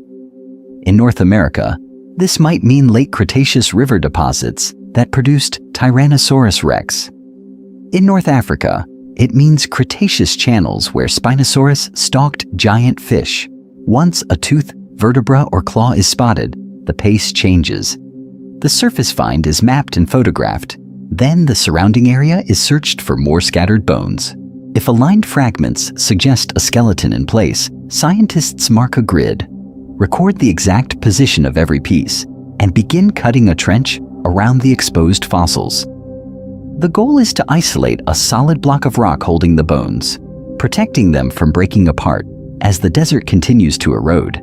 At this stage, the work becomes both delicate and physical. Small tools, brushes, and even dental picks remove rock from around fragile bones, while notes and drawings capture the position of every rib and tooth. When enough of the specimen is revealed, it is covered with damp paper, wrapped in strips of burlap, and soaked in plaster. As the plaster hardens, it forms a strong protective jacket. This white shell allows a skull of Allosaurus or the limb of one of the most massive carnivores to survive the long, rough journey out over rock, sand, and steep gullies.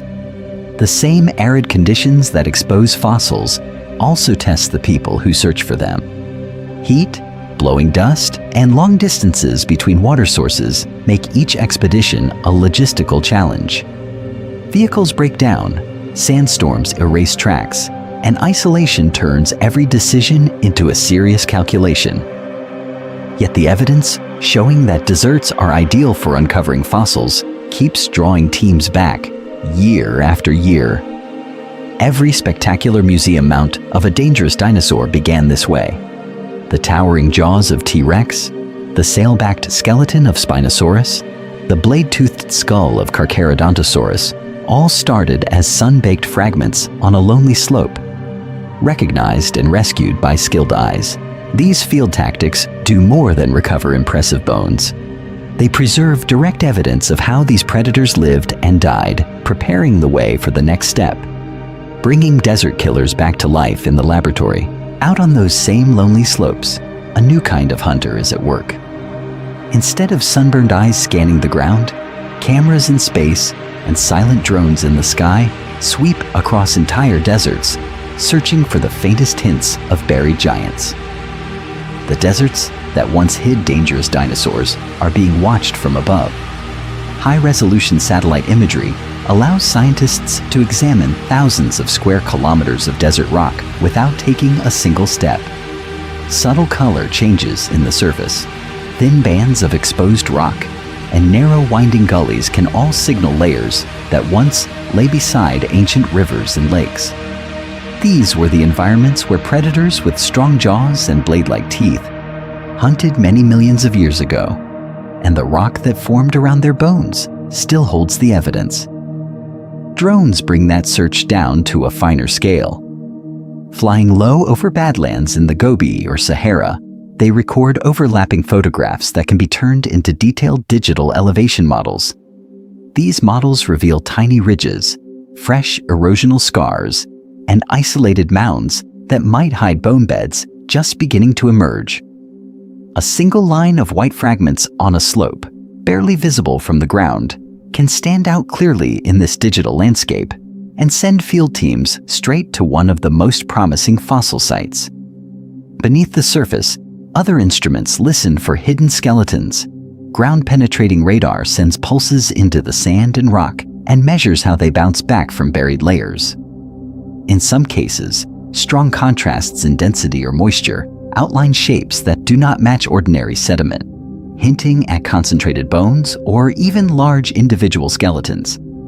Additional geophysical methods, such as electrical resistivity and magnetic surveys, can map buried channels and ancient floodplains where carcasses once collected. Together, these tools provide evidence showing that many desert plateaus still conceal rich graveyards of predators. Once fossils are exposed, technology again plays an important role. Before a single bone is removed, 3D scanning and photogrammetry record the entire scene in precise detail.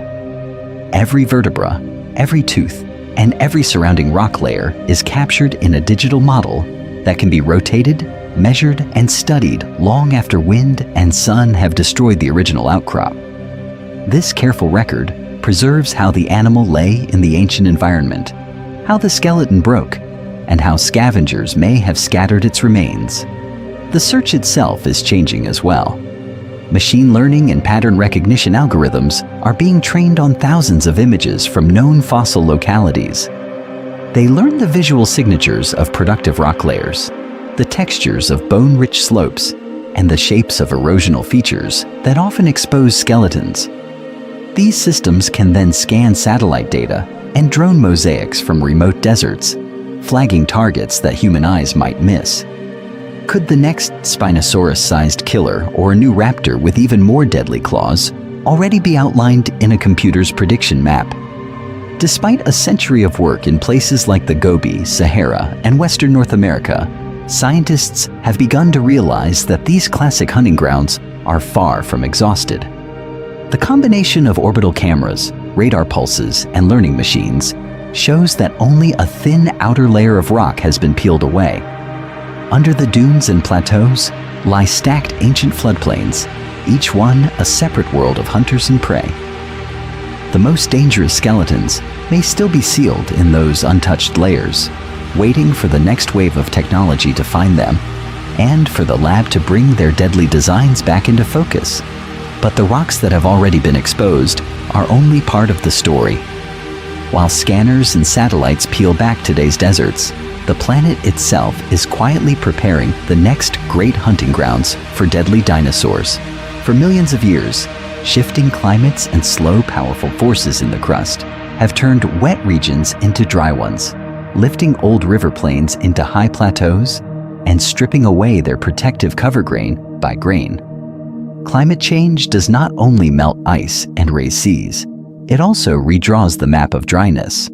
As wind belts migrate and mountain ranges rise, some regions receive less rain, their soils crack, and vegetation thins. With fewer roots to hold sediment in place, erosion bites deeper into the rock. In these places, every storm becomes a chisel, every gust of wind a sandblaster carving down into layers that were buried many millions of years ago. The key is not just where deserts will grow, but what lies underneath them. Scientists have identified broad belts of semi-arid land that sit directly on top of Mesozoic sedimentary rocks. These rocks were laid down in the very environments that played an important role in preserving dinosaur remains: broad floodplains, coastal deltas, and slow branching rivers.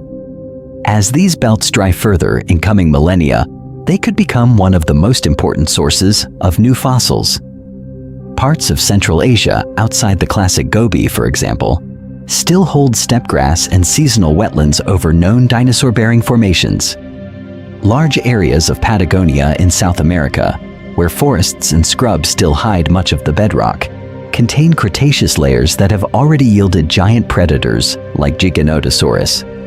In southern Africa and India, Jurassic and Cretaceous river deposits lie beneath farmland and savanna, only lightly eroded. Future desertification in any of these regions could strip away soil and plants, turning them into open rock fields where bones lie in plain sight. Here the pattern interrupts expectations. The next Gobi Desert might not be a place thought of as desert at all today.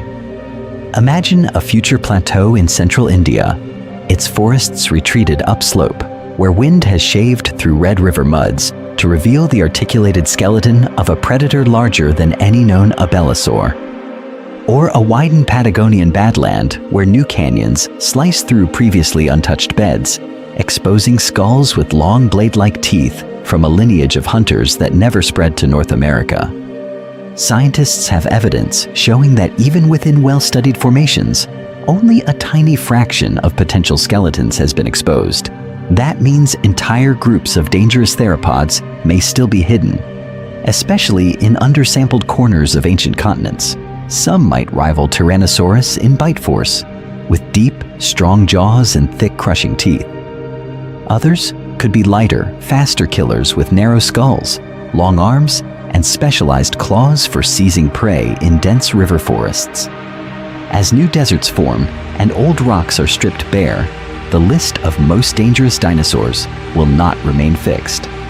It will lengthen and shift with each newly exposed canyon wall, just as the Gobi and Sahara transformed understanding of Velociraptor and Spinosaurus. The next great killer may already be entombed beneath a field or forest, waiting for climate, erosion, and human curiosity to bring its bones back into the light. For many millions of years, different kinds of deadly hunters ruled very different landscapes, but their stories now meet in the same place, the world's deserts. Some were small and fast, others were huge and heavy, yet all were shaped by the environments that buried their bones and later let the wind carve them back into the light. In the Gobi Desert, Velociraptor represents one of the most famous small predators. It hunted across dune fields, crossed by seasonal streams, where sudden sandstorms could kill and bury animals in a single event. Its main weapon was not size, but precision. A long, stiff tail, light skeleton, and strong legs gave it speed and balance, while the enlarged sickle-shaped claw on each foot could grip or pierce struggling prey. Scientists have found fossils of Velociraptor locked with plant-eating dinosaurs, direct evidence showing that this agile hunter attacked victims larger than itself. Across the ancient rivers of what is now the Sahara, a very different killer evolved. Spinosaurus, with its long, narrow snout and conical teeth, was built for catching slippery prey in deep channels and swampy backwaters. Dense bones and a powerful tail helped it move through water, while strong forelimbs added control when seizing giant fish and other aquatic animals. Sharing these Cretaceous river systems was Carcharodontosaurus, a land-based giant with a deep skull and blade-like, serrated teeth. Its bite was designed to slice flesh and cause massive blood loss in large herbivores that roamed lush floodplains. On the other side of the ancient world, T-Rex stalked broad river valleys and coastal plains that cut across what is now the Badlands of North America. Its huge head, thick neck, and bone-crushing teeth formed a weapon system built not to slice, but to demolish. Jaw muscles delivered an enormous bite force, able to break through armor and shatter bones, and there is evidence showing that it often swallowed these fragments. This powerful predator hunted among herds of horned and duck-billed dinosaurs, and its remains are preserved today in dry, eroded landscapes that strip away rock layer by layer. Stepping further back in time, Allosaurus ruled semi-arid Jurassic floodplains and forested valleys preserved in formations such as the Morrison of the western United States. Its skull was lighter than that of T-Rex, with strong but more slender teeth and joints that allowed the jaws to open very wide. Many scientists think Allosaurus used a slashing bite, driving its upper teeth into prey and pulling back with the neck, while its relatively powerful forelimbs helped hold struggling victims. Each of these predators lived in a different environment: dunes and seasonal streams in the Gobi, great rivers in North Africa, rich coastal and inland floodplains in North America, and mixed forests and open flats in the Jurassic West. Why then are their fossils so strongly linked to deserts today? Arid regions peel away the overlying rock and expose not only their bones, but also the sediments, plant impressions, and prey remains that define their ecological roles. Deserts turn scattered skeletons into connected stories, showing that most dangerous was not a single title, but a spectrum of lethal specializations.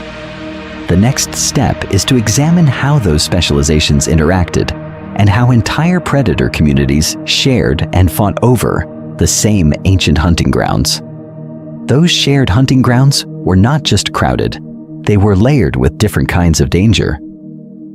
In the same ancient landscapes, ambush hunters, endurance chasers, pack attackers, and river stalkers all left their marks in the sediments that deserts expose so clearly today. The result is a fossil record that separates styles of killing almost as clearly as if the dinosaurs had been filmed. For many of the largest predators, the danger came in sudden, explosive bursts. Heavy, robust hunters like Tyrannosaurus rex carried massive skulls, thick neck vertebrae, and strong hind limbs with huge muscle attachment scars. Their long thigh bones and relatively shorter lower legs suggest power rather than sustained speed. Trackways from late Cretaceous floodplains, preserved in rocks that are now part of the dry western interior of North America, show deep, widely spaced footprints, matching short, violent sprints instead of long-distance chases. In contrast, lighter theropods, such as Allosaurus in the Jurassic Morrison Formation, or some raptor-like predators from the Gobi Desert, show a different pattern. Their skeletons have more gracile limb bones, longer lower legs, and lightly built, air-filled vertebrae. Scientists have found trackways with narrower, more regular spacing that indicate a smoother, more energy-efficient gait. This is evidence showing that these hunters relied more on endurance and maneuverability, shadowing herds across open floodplains and weaving among trees rather than exploding from cover. Group behavior adds another layer of danger. In several desert regions, smaller theropods are preserved not as isolated individuals, but as sets of parallel tracks, all moving in the same direction with similar stride lengths. Some bone beds in what are now arid parts of North America and Argentina contain multiple predators of the same species, mixed with the remains of large herbivores. These patterns suggest that, at least in some cases, coordinated hunting or opportunistic group attacks played an important role in bringing down prey far larger than any single hunter. Alongside these land-based strategies, semi-aquatic killers such as Spinosaurus represent a different threat entirely. In the Sahara, rocks that were once wide, slow-moving rivers contain dense Spinosaurus bones, crocodile remains, and the teeth of giant fish. The anatomy of Spinosaurus, with dense limb bones, broad feet, and a long, powerful tail, points to a predator that dominated channels and shorelines, striking from the water instead of from behind vegetation. Here, the ambush zone was the river itself. Each ancient environment recorded these strategies in different ways. Dune fields, like those that formed parts of the Gobi, could rapidly bury a sudden attack, freezing a velociraptor and protoceratops locked in combat under a collapsing sandstorm. Floodplains captured long pursuits and later scavenging, preserving overlapping tracks, scattered bite-marked bones, and shed teeth. River deposits trapped the remains of aquatic ambushes, with disarticulated skeletons mixed among pebbles, fish scales, and plant debris. In all of these settings, deserts expose the multi-layered evidence, bones, tracks, bite marks, and sediments that, together, transform lethal behavior from speculation into one of the most solid stories in paleontology. But if so many hunters shared the same killing grounds, how did they avoid destroying their own chances of survival? And what happened when these different strategies collided around a single carcass many millions of years ago? That question leads straight to one of the most dramatic lines in Earth's history, a line that can still be walked with human feet across silent desert hills. In badlands and semi-arid country on several continents, the end of the age of dinosaurs is preserved as a thin, sharp boundary in the rock, separating a world ruled by powerful reptiles from a world in which they are suddenly gone. This break is called the Cretaceous-Paleogene, or KPG boundary. In places like the Hell Creek region of Montana and the Dakotas, it appears in eroded cliffs as a narrow band only a few centimeters thick, sometimes darker in color, or richer in clay than the rocks above and below. On one side of that band, the sediments hold the familiar fossils of late Cretaceous river plains. On the other side, the fossils change, and the great non-avian dinosaurs vanish. In the layers just beneath this boundary, the last records of Tyrannosaurus rex, Triceratops, and their neighbors are found. Their teeth, vertebrae, and horn cores lie in channel sands and floodplain mudstones that formed only tens of thousands of years before the impact. Scientists have mapped these final appearances in detail, building a vertical timeline where the bones of T-Rex and other predators reach almost to the boundary, then stop. Above, in younger rocks, there are no more T-Rex skeletons, no more Triceratops skulls, no more giant hadrosaur limb bones. Instead, the rocks immediately overlying the boundary hold smaller mammals, turtles, crocodiles, and, later, the early relatives of modern birds, but no large terrestrial dinosaur predators. This stark difference is one of the most striking pieces of evidence showing that the extinction was rapid on a geological timescale. In these semi-arid outcrops, the story is not hidden deep underground. It is written on exposed hillsides where wind and rain have stripped away the covering sediments. Within the boundary layer itself, impact signals appear. Geologists sampling these desert cliffs find elevated levels of iridium, a metal rare in Earth's crust, but more common in meteorites. Under the microscope, they see grains of shocked quartz and tiny glassy spherules formed in the fireball and fallout. These markers, preserved in a razor-thin sheet of clay or marl, played an important role in linking the global extinction of many dinosaurs to a single catastrophic impact many millions of years ago. Here, the pattern interrupt is not in the narration, but in nature. Below the line, ecosystems crowded with gigantic hunters. Above it, a quieter world, where those powerful jaws and strong leg bones never appear again. The abrupt disappearance of apex predators such as T-Rex in these desert-exposed sequences shows how fragile even the most dangerous animals become when the entire environment is thrown into chaos. On remote, windswept hills, that transition can be traced with a fingertip across just a few centimeters of rock. These deserts do more than reveal how deadly dinosaurs hunted and fed. They also reveal how their reign ended. And beyond this extinction horizon, new predators would rise, shaping the next chapters recorded in stone. Beyond that thin extinction line, the desert rocks do not fall silent. Instead, they begin to speak with different voices. Above the KPG boundary in many badlands and semi-arid plateaus, the fossils shift from non-avian dinosaurs to the survivors that inherited their broken world. In formations across western North America, Patagonia, and North Africa, the same eroded hills that yield Triceratops horns and Tyrannosaur teeth also reveal jaws of early mammals, delicate bird bones, and rugged crocodilian skulls. These layers record the first chapters of a new age. Small shrew-like mammals that once hid in the shadows of giants become more common in the rock, their teeth showing diets that range from insects to plants and even meat. Feathered wings, once limited to smaller forms during the time of the dinosaurs, diversify into stronger flyers and ground-running birds that explore new environments. As millions of years pass above the boundary, the fossils change again. Early large mammals appear, some with massive jaws and strong limb bones that hint at powerful hunters and scavengers.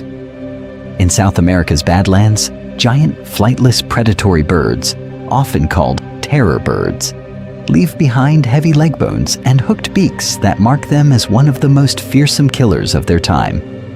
Alongside them, broad-snouted crocodilians lurk in river channels that once flowed through landscapes that are deserts today, their armor plates and crushing teeth preserved in the same general regions where Spinosaurus hunted many millions of years ago.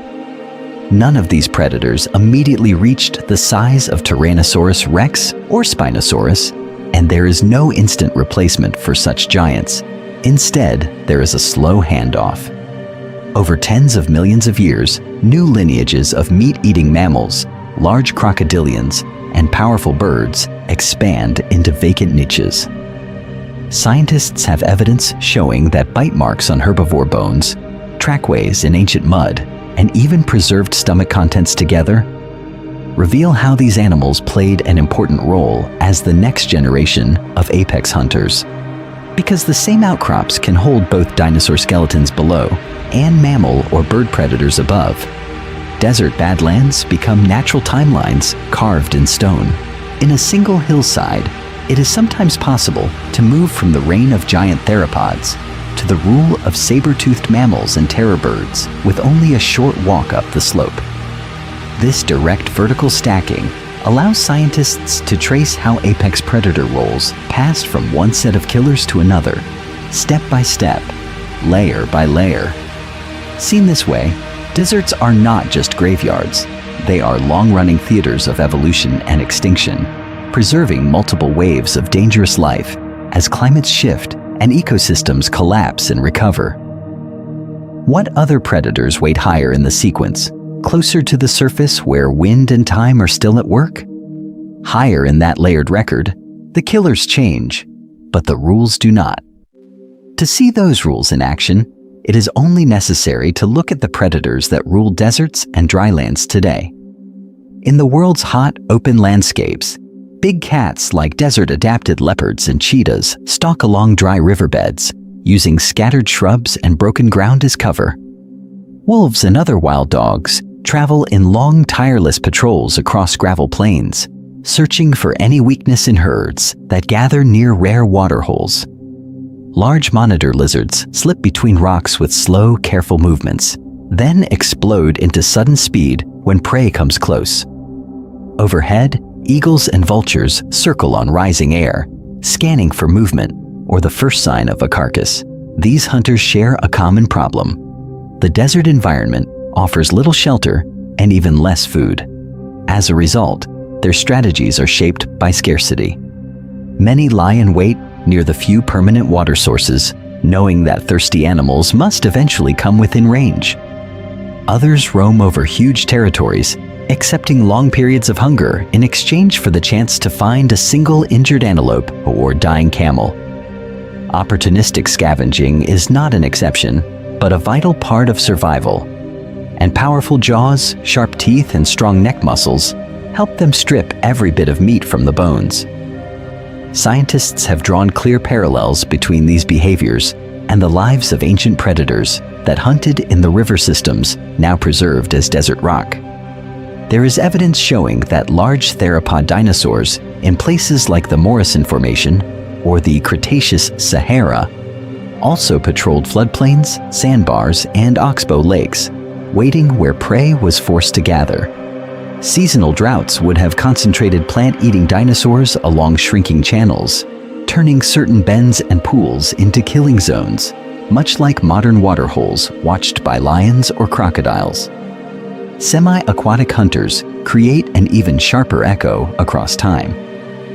In some desert regions, crocodiles still lurk in isolated rivers and muddy pools, ambushing fish, birds, and mammals that enter the water. Large fish in these same channels hunt smaller species in confined, shallow spaces. Many millions of years ago, predators such as Spinosaurus seem to have filled a similar role.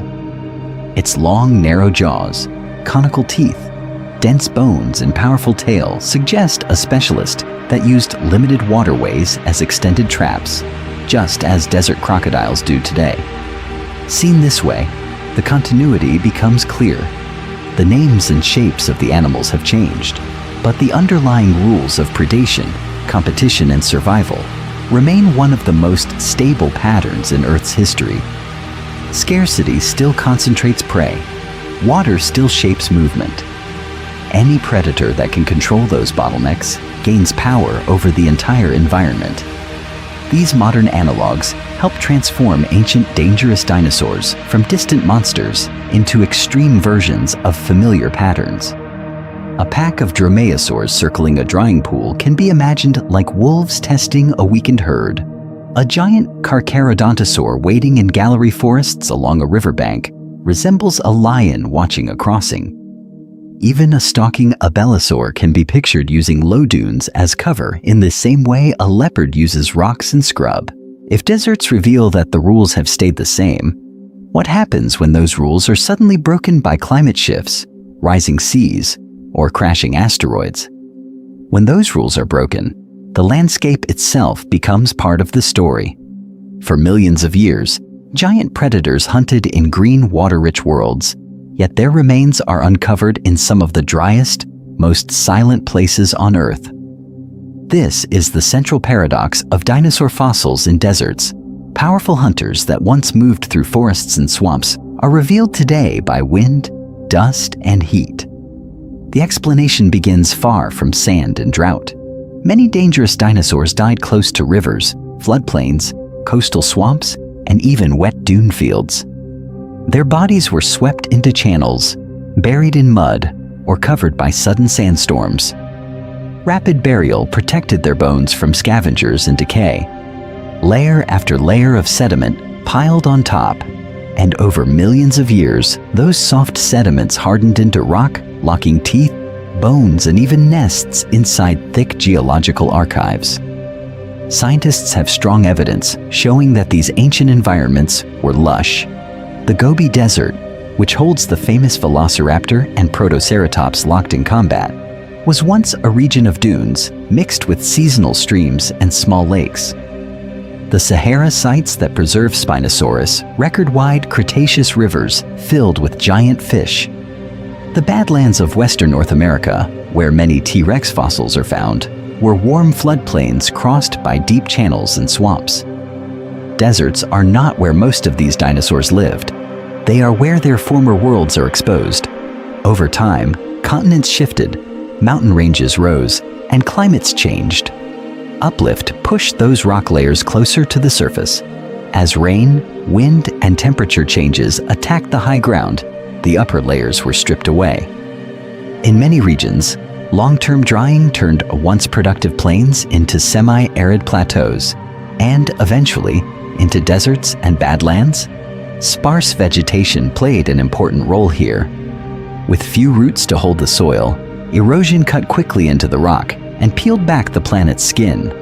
This is where the pattern becomes striking. Why do so many famous predators cluster in deserts and badlands? The answer lies in visibility, not preference.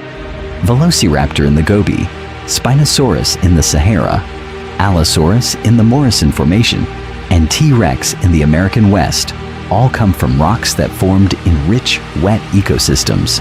But those rocks are easiest to see and search in arid regions. In thick forests, the same layers might still be hidden under deep soil and dense plant cover. Then a pattern-interrupting question emerges. If the rock is the same, what truly makes a hotspot? It is the combination of climate, erosion, and chance. Deserts concentrate discoveries because wind and rare rains constantly shave away surfaces, leaving fossils lying on open ground where scientists can spot them. In the end, the real reason dinosaur fossils are found in deserts is simple and dramatic. Deserts are where time, erosion, and chance have combined to peel back Earth's oldest wounds and reveal the bones of its deadliest inhabitants, preserved from many millions of years ago in the rocks beneath the sand. But deserts are only the places where the planet has peeled back its skin. Vast stretches of Earth remain tightly wrapped, hiding whatever died there many millions of years ago. Beneath deep soils, dense forests, crowded cities, and the floors of modern oceans, there may be graveyards of predators that have never felt the sun since the day they were buried. In tropical rainforests, the problem is not a lack of dinosaurs. It is a lack of rock that can be seen. Thick vegetation, fast-growing trees, and deep layers of soil cover the ground, sealing any sedimentary rocks of the right age under a living blanket. Even where rivers cut through, mud, roots, and tangled plants often hide the surfaces that might hold fossils. Scientists have long suspected that entire ecosystems from the age of dinosaurs lie under places like the Amazon and Congo. But the forest makes careful searching extremely difficult. Fertile plains present a different kind of barrier. These are regions where rich soils have played an important role in human history, feeding large populations for thousands of years. Fields, roads, and buildings cover the ground. Sedimentary layers that formed along ancient rivers or shallow seas may be only a few meters below, packed with bones, but heavy farming and construction bury them further. In such landscapes, the most promising rocks are often hidden beneath the very environments that support modern life. Even in mountainous and coastal regions, the right rocks can be locked away. Steep slopes may be covered by forests, scree, or glaciers. Continental shelves beneath the oceans hold thick piles of sediment that were once coastal plains and deltas, perfect for preserving bones and teeth. Yet drilling into these layers is expensive, dangerous, and limited to narrow cores. The result is a fossil record that is strongly shaped by access, not just by what actually lived. Because of this, some of the most dangerous dinosaurs may be missing from view. Forest ambush predators, built for silence rather than speed, could be underrepresented simply because their burial grounds are hidden under rainforests instead of deserts. Mountain hunters with strong legs and gripping claws might have stalked steep valleys, leaving fossils in rocks that are now high, unstable cliffs. There is evidence showing that smaller, more agile predators are already harder to find, raising the possibility that entire lineages of deadly specialists remain unknown. To reach some of these hidden worlds, scientists use drilling, tunneling, and targeted excavations in road cuts, mines, and subway projects. Each new tunnel through sedimentary rock can slice through time, revealing unexpected bones. Yet ethical and practical limits are strong. No one will strip a rainforest or tear down a city simply to search for fossils, especially when deserts offer exposed rock with far less impact. So deserts have revealed one of the most dramatic chapters in dinosaur danger. but not the whole story. Under today's green landscapes, beneath roots, farms, and city streets, powerful predators may still be waiting in the dark, their teeth and bones locked in rock that has never been touched. The killers of those hidden worlds have not yet stepped into the light. Those hidden worlds are not just under forests and cities. They are also buried beneath the driest, emptiest horizons on Earth. For millions of years, giant predators ruled landscapes that would be unrecognizable compared to the deserts that sit in the same place today. Imagine standing in the Gobi Desert. The ground looks bare, broken only by low rocks and loose sand, the air thin and dry. Now in the mind, the sand is peeled away and time begins to run backward. Wind-carved ridges melt, dunes shrink, and the surface drops as if an invisible hand is excavating the entire horizon. As the clock rewinds many millions of years, the pale sand turns darker and heavier. Channels appear, then widen into braided rivers, with muddy banks and scattered islands of vegetation. Scientists have found evidence showing that this region once held lakes, forests, and broad floodplains. In that ancient environment, small shrubs and low trees cast pockets of shade over herds of protoceratops, pushing through damp ground and leaving clear tracks that would later harden into stone. In this living scene, a rustle in the brush is not just the wind. A pair of velociraptors moves low and silent, feathers pressed close to narrow bodies, sickle claws lifted to avoid noise. Their skulls carry many sharp teeth, their eyes fixed on a young protoceratops that has strayed from the group. Here, in the exact spot that seems empty in the modern desert, a sudden burst of speed, a struggle, and powerful jaws close on a frill. Predator and prey crash into the mud, their bones destined to be locked together under future sandstorms. A single step across that same ground in the present might cross more than one vanished world. Below the Gobi's surface lie layers of Jurassic floodplains, Cretaceous dunes and deltas, and younger Paleogene forests, each one of the most complete records of changing life in its time. Every layer holds different dinosaurs, different climates, different patterns of survival and death, all compressed into rock only a few meters thick. The modern desert is just the latest, thinnest skin. Shift to North Africa. The Sahara seems endless and silent, but the sand hides a powerful river system that flowed many millions of years ago. Strip away the dunes and a wide channel appears, lined with tangled vegetation. In the shallows, huge fish move in dark water. From the bank, Spinosaurus lunges, long jaws and conical teeth snapping shut around a thrashing prey animal. Its strong forelimbs dig into the mud as it drags the catch back toward cover. Far to the west, in what is now the Badlands of North America, another rewind reveals a humid maze of rivers and swamps. A stand of trees opens onto a muddy channel, and from the shadows steps Tyrannosaurus rex. Its head swings slowly, powerful muscles moving under thick skin, nostrils testing the air for the scent of wounded prey. Horned and duck-billed dinosaurs crowd the opposite bank, and the slightest mistake could mean shattered bones under its crushing bite. In all these places, the present desert acts like a torn-open archive. Each eroding cliff face is a cross-section through millions of years of predation and survival. Scientists have uncovered skeletons with bite marks, trampled nesting grounds, and scattered bones that show how violence played an important role in shaping entire ecosystems. Deserts are not just empty spaces. They are palimpsests of life, where every grain of sand has passed over buried killers. If so much can be reconstructed from what little is exposed, what stories still wait inside the rock that has not yet broken open?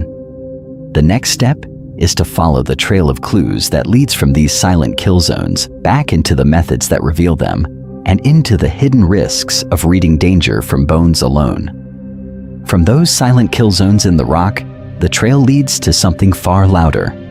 The giant skeletons that tower over museum halls and fill cinema screens with terror.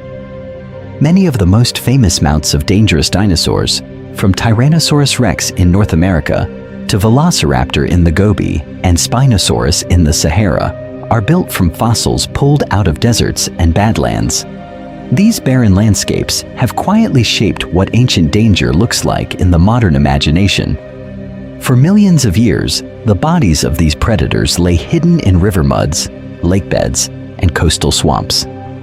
Only when those ancient environments were lifted, dried, and stripped by wind did their bones appear in the deserts seen today. Because erosion in these harsh regions cuts deeply into the rock and vegetation is sparse, scientists often find skeletons that are unusually complete.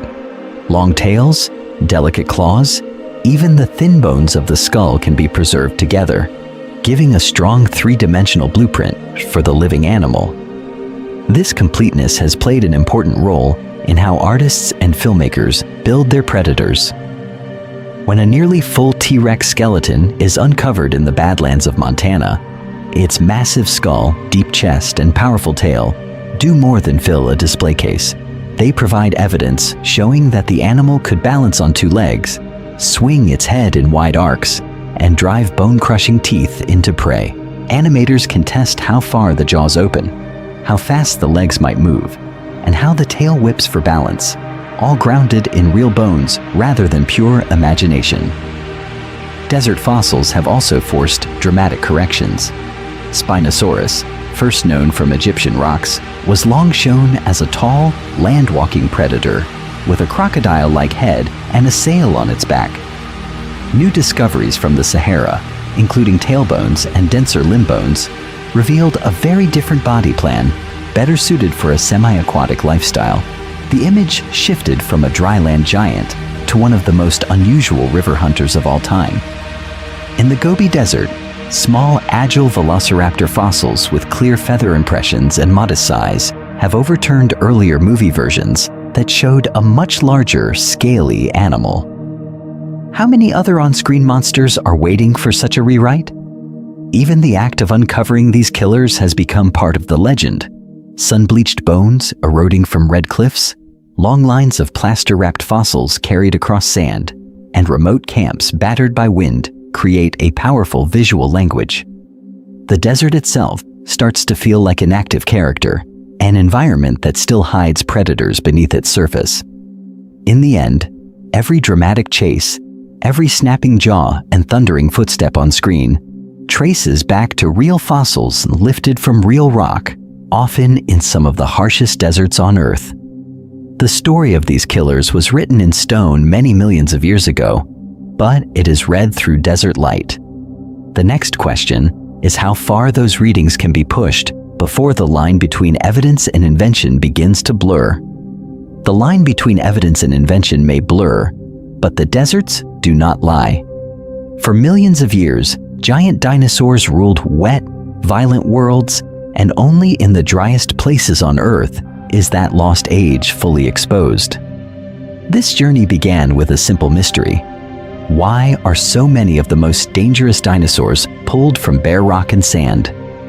From the Gobi to the Sahara, from the Badlands of North America to the dry plateaus of South America, deserts hold skeletons of hunters with powerful jaws and blade-like teeth. Yet scientists have strong evidence showing that these animals did not stalk endless dunes. They lived beside deep rivers, in dense forests, and across steaming floodplains, where water, not sand, shaped the environment. Those ancient landscapes played an important role in turning dead bodies into fossils. When a Spinosaurus collapsed in a North African river channel, or when a T-Rex fell on a muddy Cretaceous floodplain, fast-moving water and sudden floods buried their bones in thick layers of sand and silt. In the Gobi Desert, whole nests of Velociraptor and Protoceratops were smothered by collapsing dunes and sandstorms. These violent moments locked skeletons away, protecting them from scavengers and decay, and starting the long transformation from bone to stone. The central story can be told in a single chain. Dinosaurs died in wet, dangerous worlds. Their bodies were buried by floods and dunes. Then climates shifted, mountains rose, seas retreated, and erosion stripped the land. Only after many millions of years did deserts arrive to peel back the surface and reveal the bones again. Is it not remarkable that the same wind that scours a traveler's face today also cuts fossils free from the rock? There is deep irony in this pattern. The harshest, seemingly lifeless landscapes are the clearest windows into a time of abundance and brutality. Empty basins in the Sahara expose the jaws of Carcharodontosaurus, one of the most fearsome meat-eaters known. Quiet Mongolian plateaus display light, deadly raptors with sickle claws and feathered limbs. In places where almost nothing large survives, the ground tells of predators that would have dominated any modern ecosystem with incredible strength and speed. Every fossil in a desert cliff is a rare survivor. It endured the animal's own violent end, the crushing weight of burial, the slow chemistry that turned organic bone into mineral, and then the final gauntlet of erosion. How many skeletons were shattered, dissolved, or ground to dust before a single femur or tooth reached the light? Each exposed vertebra or skull is, in a sense, one of the most unlikely objects on the planet. Long before humans crossed these dry basins, deserts were not deserts at all, but hunting grounds echoing with footfalls and roars. The only reason those monsters can be met face to face is that deserts strip the planet bare. The next step is to ask what these exposed bones still cannot say, and how far science can go in rebuilding the living, breathing killers behind them. Those killers are gone, but their hunting grounds are still marked on the map. Stretching across continents are three of the most important desert fossil arenas on Earth: the Gobi, the Sahara, and the Badlands of Western North America. Each one holds a different chapter of this story, and each one challenges the imagination in a different way. One desert is filled with combat. In the Gobi, ancient dunes have preserved Protoceratops and Velociraptor locked together, skull against sickle claw. Frozen at the instant a sandstorm buried them. Scientists have uncovered nests, eggs, and delicate skeletons there, with evidence showing that small feathered predators hunted and nested in a landscape of shifting dunes and scattered oases. Standing on those ridges, it is possible to picture light, agile hunters sprinting between low trees, their feathers catching the sun many millions of years ago. Another desert hides rivers. Under the sands of the Sahara lie the channels and floodplains that fed Spinosaurus, Carcharodontosaurus, and other powerful hunters. Fossils from Morocco and Egypt reveal dense bones, long crocodile-like jaws, and sliced, broken vertebrae from giant fish and dinosaurs. This was once one of the most dangerous freshwater environments on the planet, where strong currents, deep water, and massive predators with blade-like teeth created a constant battle for survival. Far to the west, the Badlands of North America rise in broken cliffs and striped hills. These eroded formations, carved from ancient floodplains, are where Tyrannosaurus rex steps out of the rock. Here, layers that were once lush forests and broad rivers have been stripped bare, leaving ribs, skulls, and trackways exposed along the slopes. Scientists have collected skulls with healed bite marks, crushed bones, and tooth grooves that played an important role in revealing how this predator hunted and fed. The next decision is simple but powerful. Which of these deserts would be chosen as a first expedition? The Gobi's combat dunes, the Sahara's drowned rivers, or the T-Rex Badlands? In the comments, viewers are invited to name a desert, choose a predator, and explain what questions they would ask if a skeleton emerged at their feet. From this moment on, every desert landscape on a screen can become a possible dig site. When a dry valley, a wind-sculpted cliff, or a bare plateau appears, it is worth asking what hidden rivers once flowed there, what forests once stood, and what killers might still be buried beneath the surface. Scientists have shown that even quiet slopes can conceal one of the most complete skeletons of a predator, waiting for a single season of erosion. A follow-up journey will return to these same deserts, but with a narrower focus, the most terrifying hunters each region can offer. One episode will track Velociraptor and its relatives across the Gobi, using claws, teeth, and nesting sites to reconstruct pack behavior and ambush tactics. Another will descend into the Cretaceous rivers of the Sahara, examining Spinosaurus and its fish hunting adaptations in detail, with evidence showing that dense bones and tall tails shaped a semi-aquatic lifestyle. A third will walk the North American floodplains step by step with Tyrannosaurus rex, comparing bite marks, healed injuries, and brain case fossils to understand how this predator sensed, chased, and killed. For viewers who want these evidence-based, cinematic explorations to continue, every subscription, like, and share plays an important role. Support allows more remote ridges to be reached, more fragile bones to be prepared, and more silent rock faces to be scanned for hidden outlines. Each new set of eyes on this material helps bring forgotten environments and their deadliest inhabitants back into the light. In the end, the picture returns to a single observer on a windswept ridge. Sand stings exposed skin, the air is dry, and the horizon is empty, but the ground underfoot is layered with ancient muds and sands. Somewhere below, a skull with strong jaws and worn teeth all lies on its side, ribs folded, tail curved. Grain by grain, the desert is cutting down through the rock, exposing bones that have waited for tens of millions of years. The ridge is quiet, but the next storm, the next season, or the next careful step could bring the skeleton of a monster back to the surface.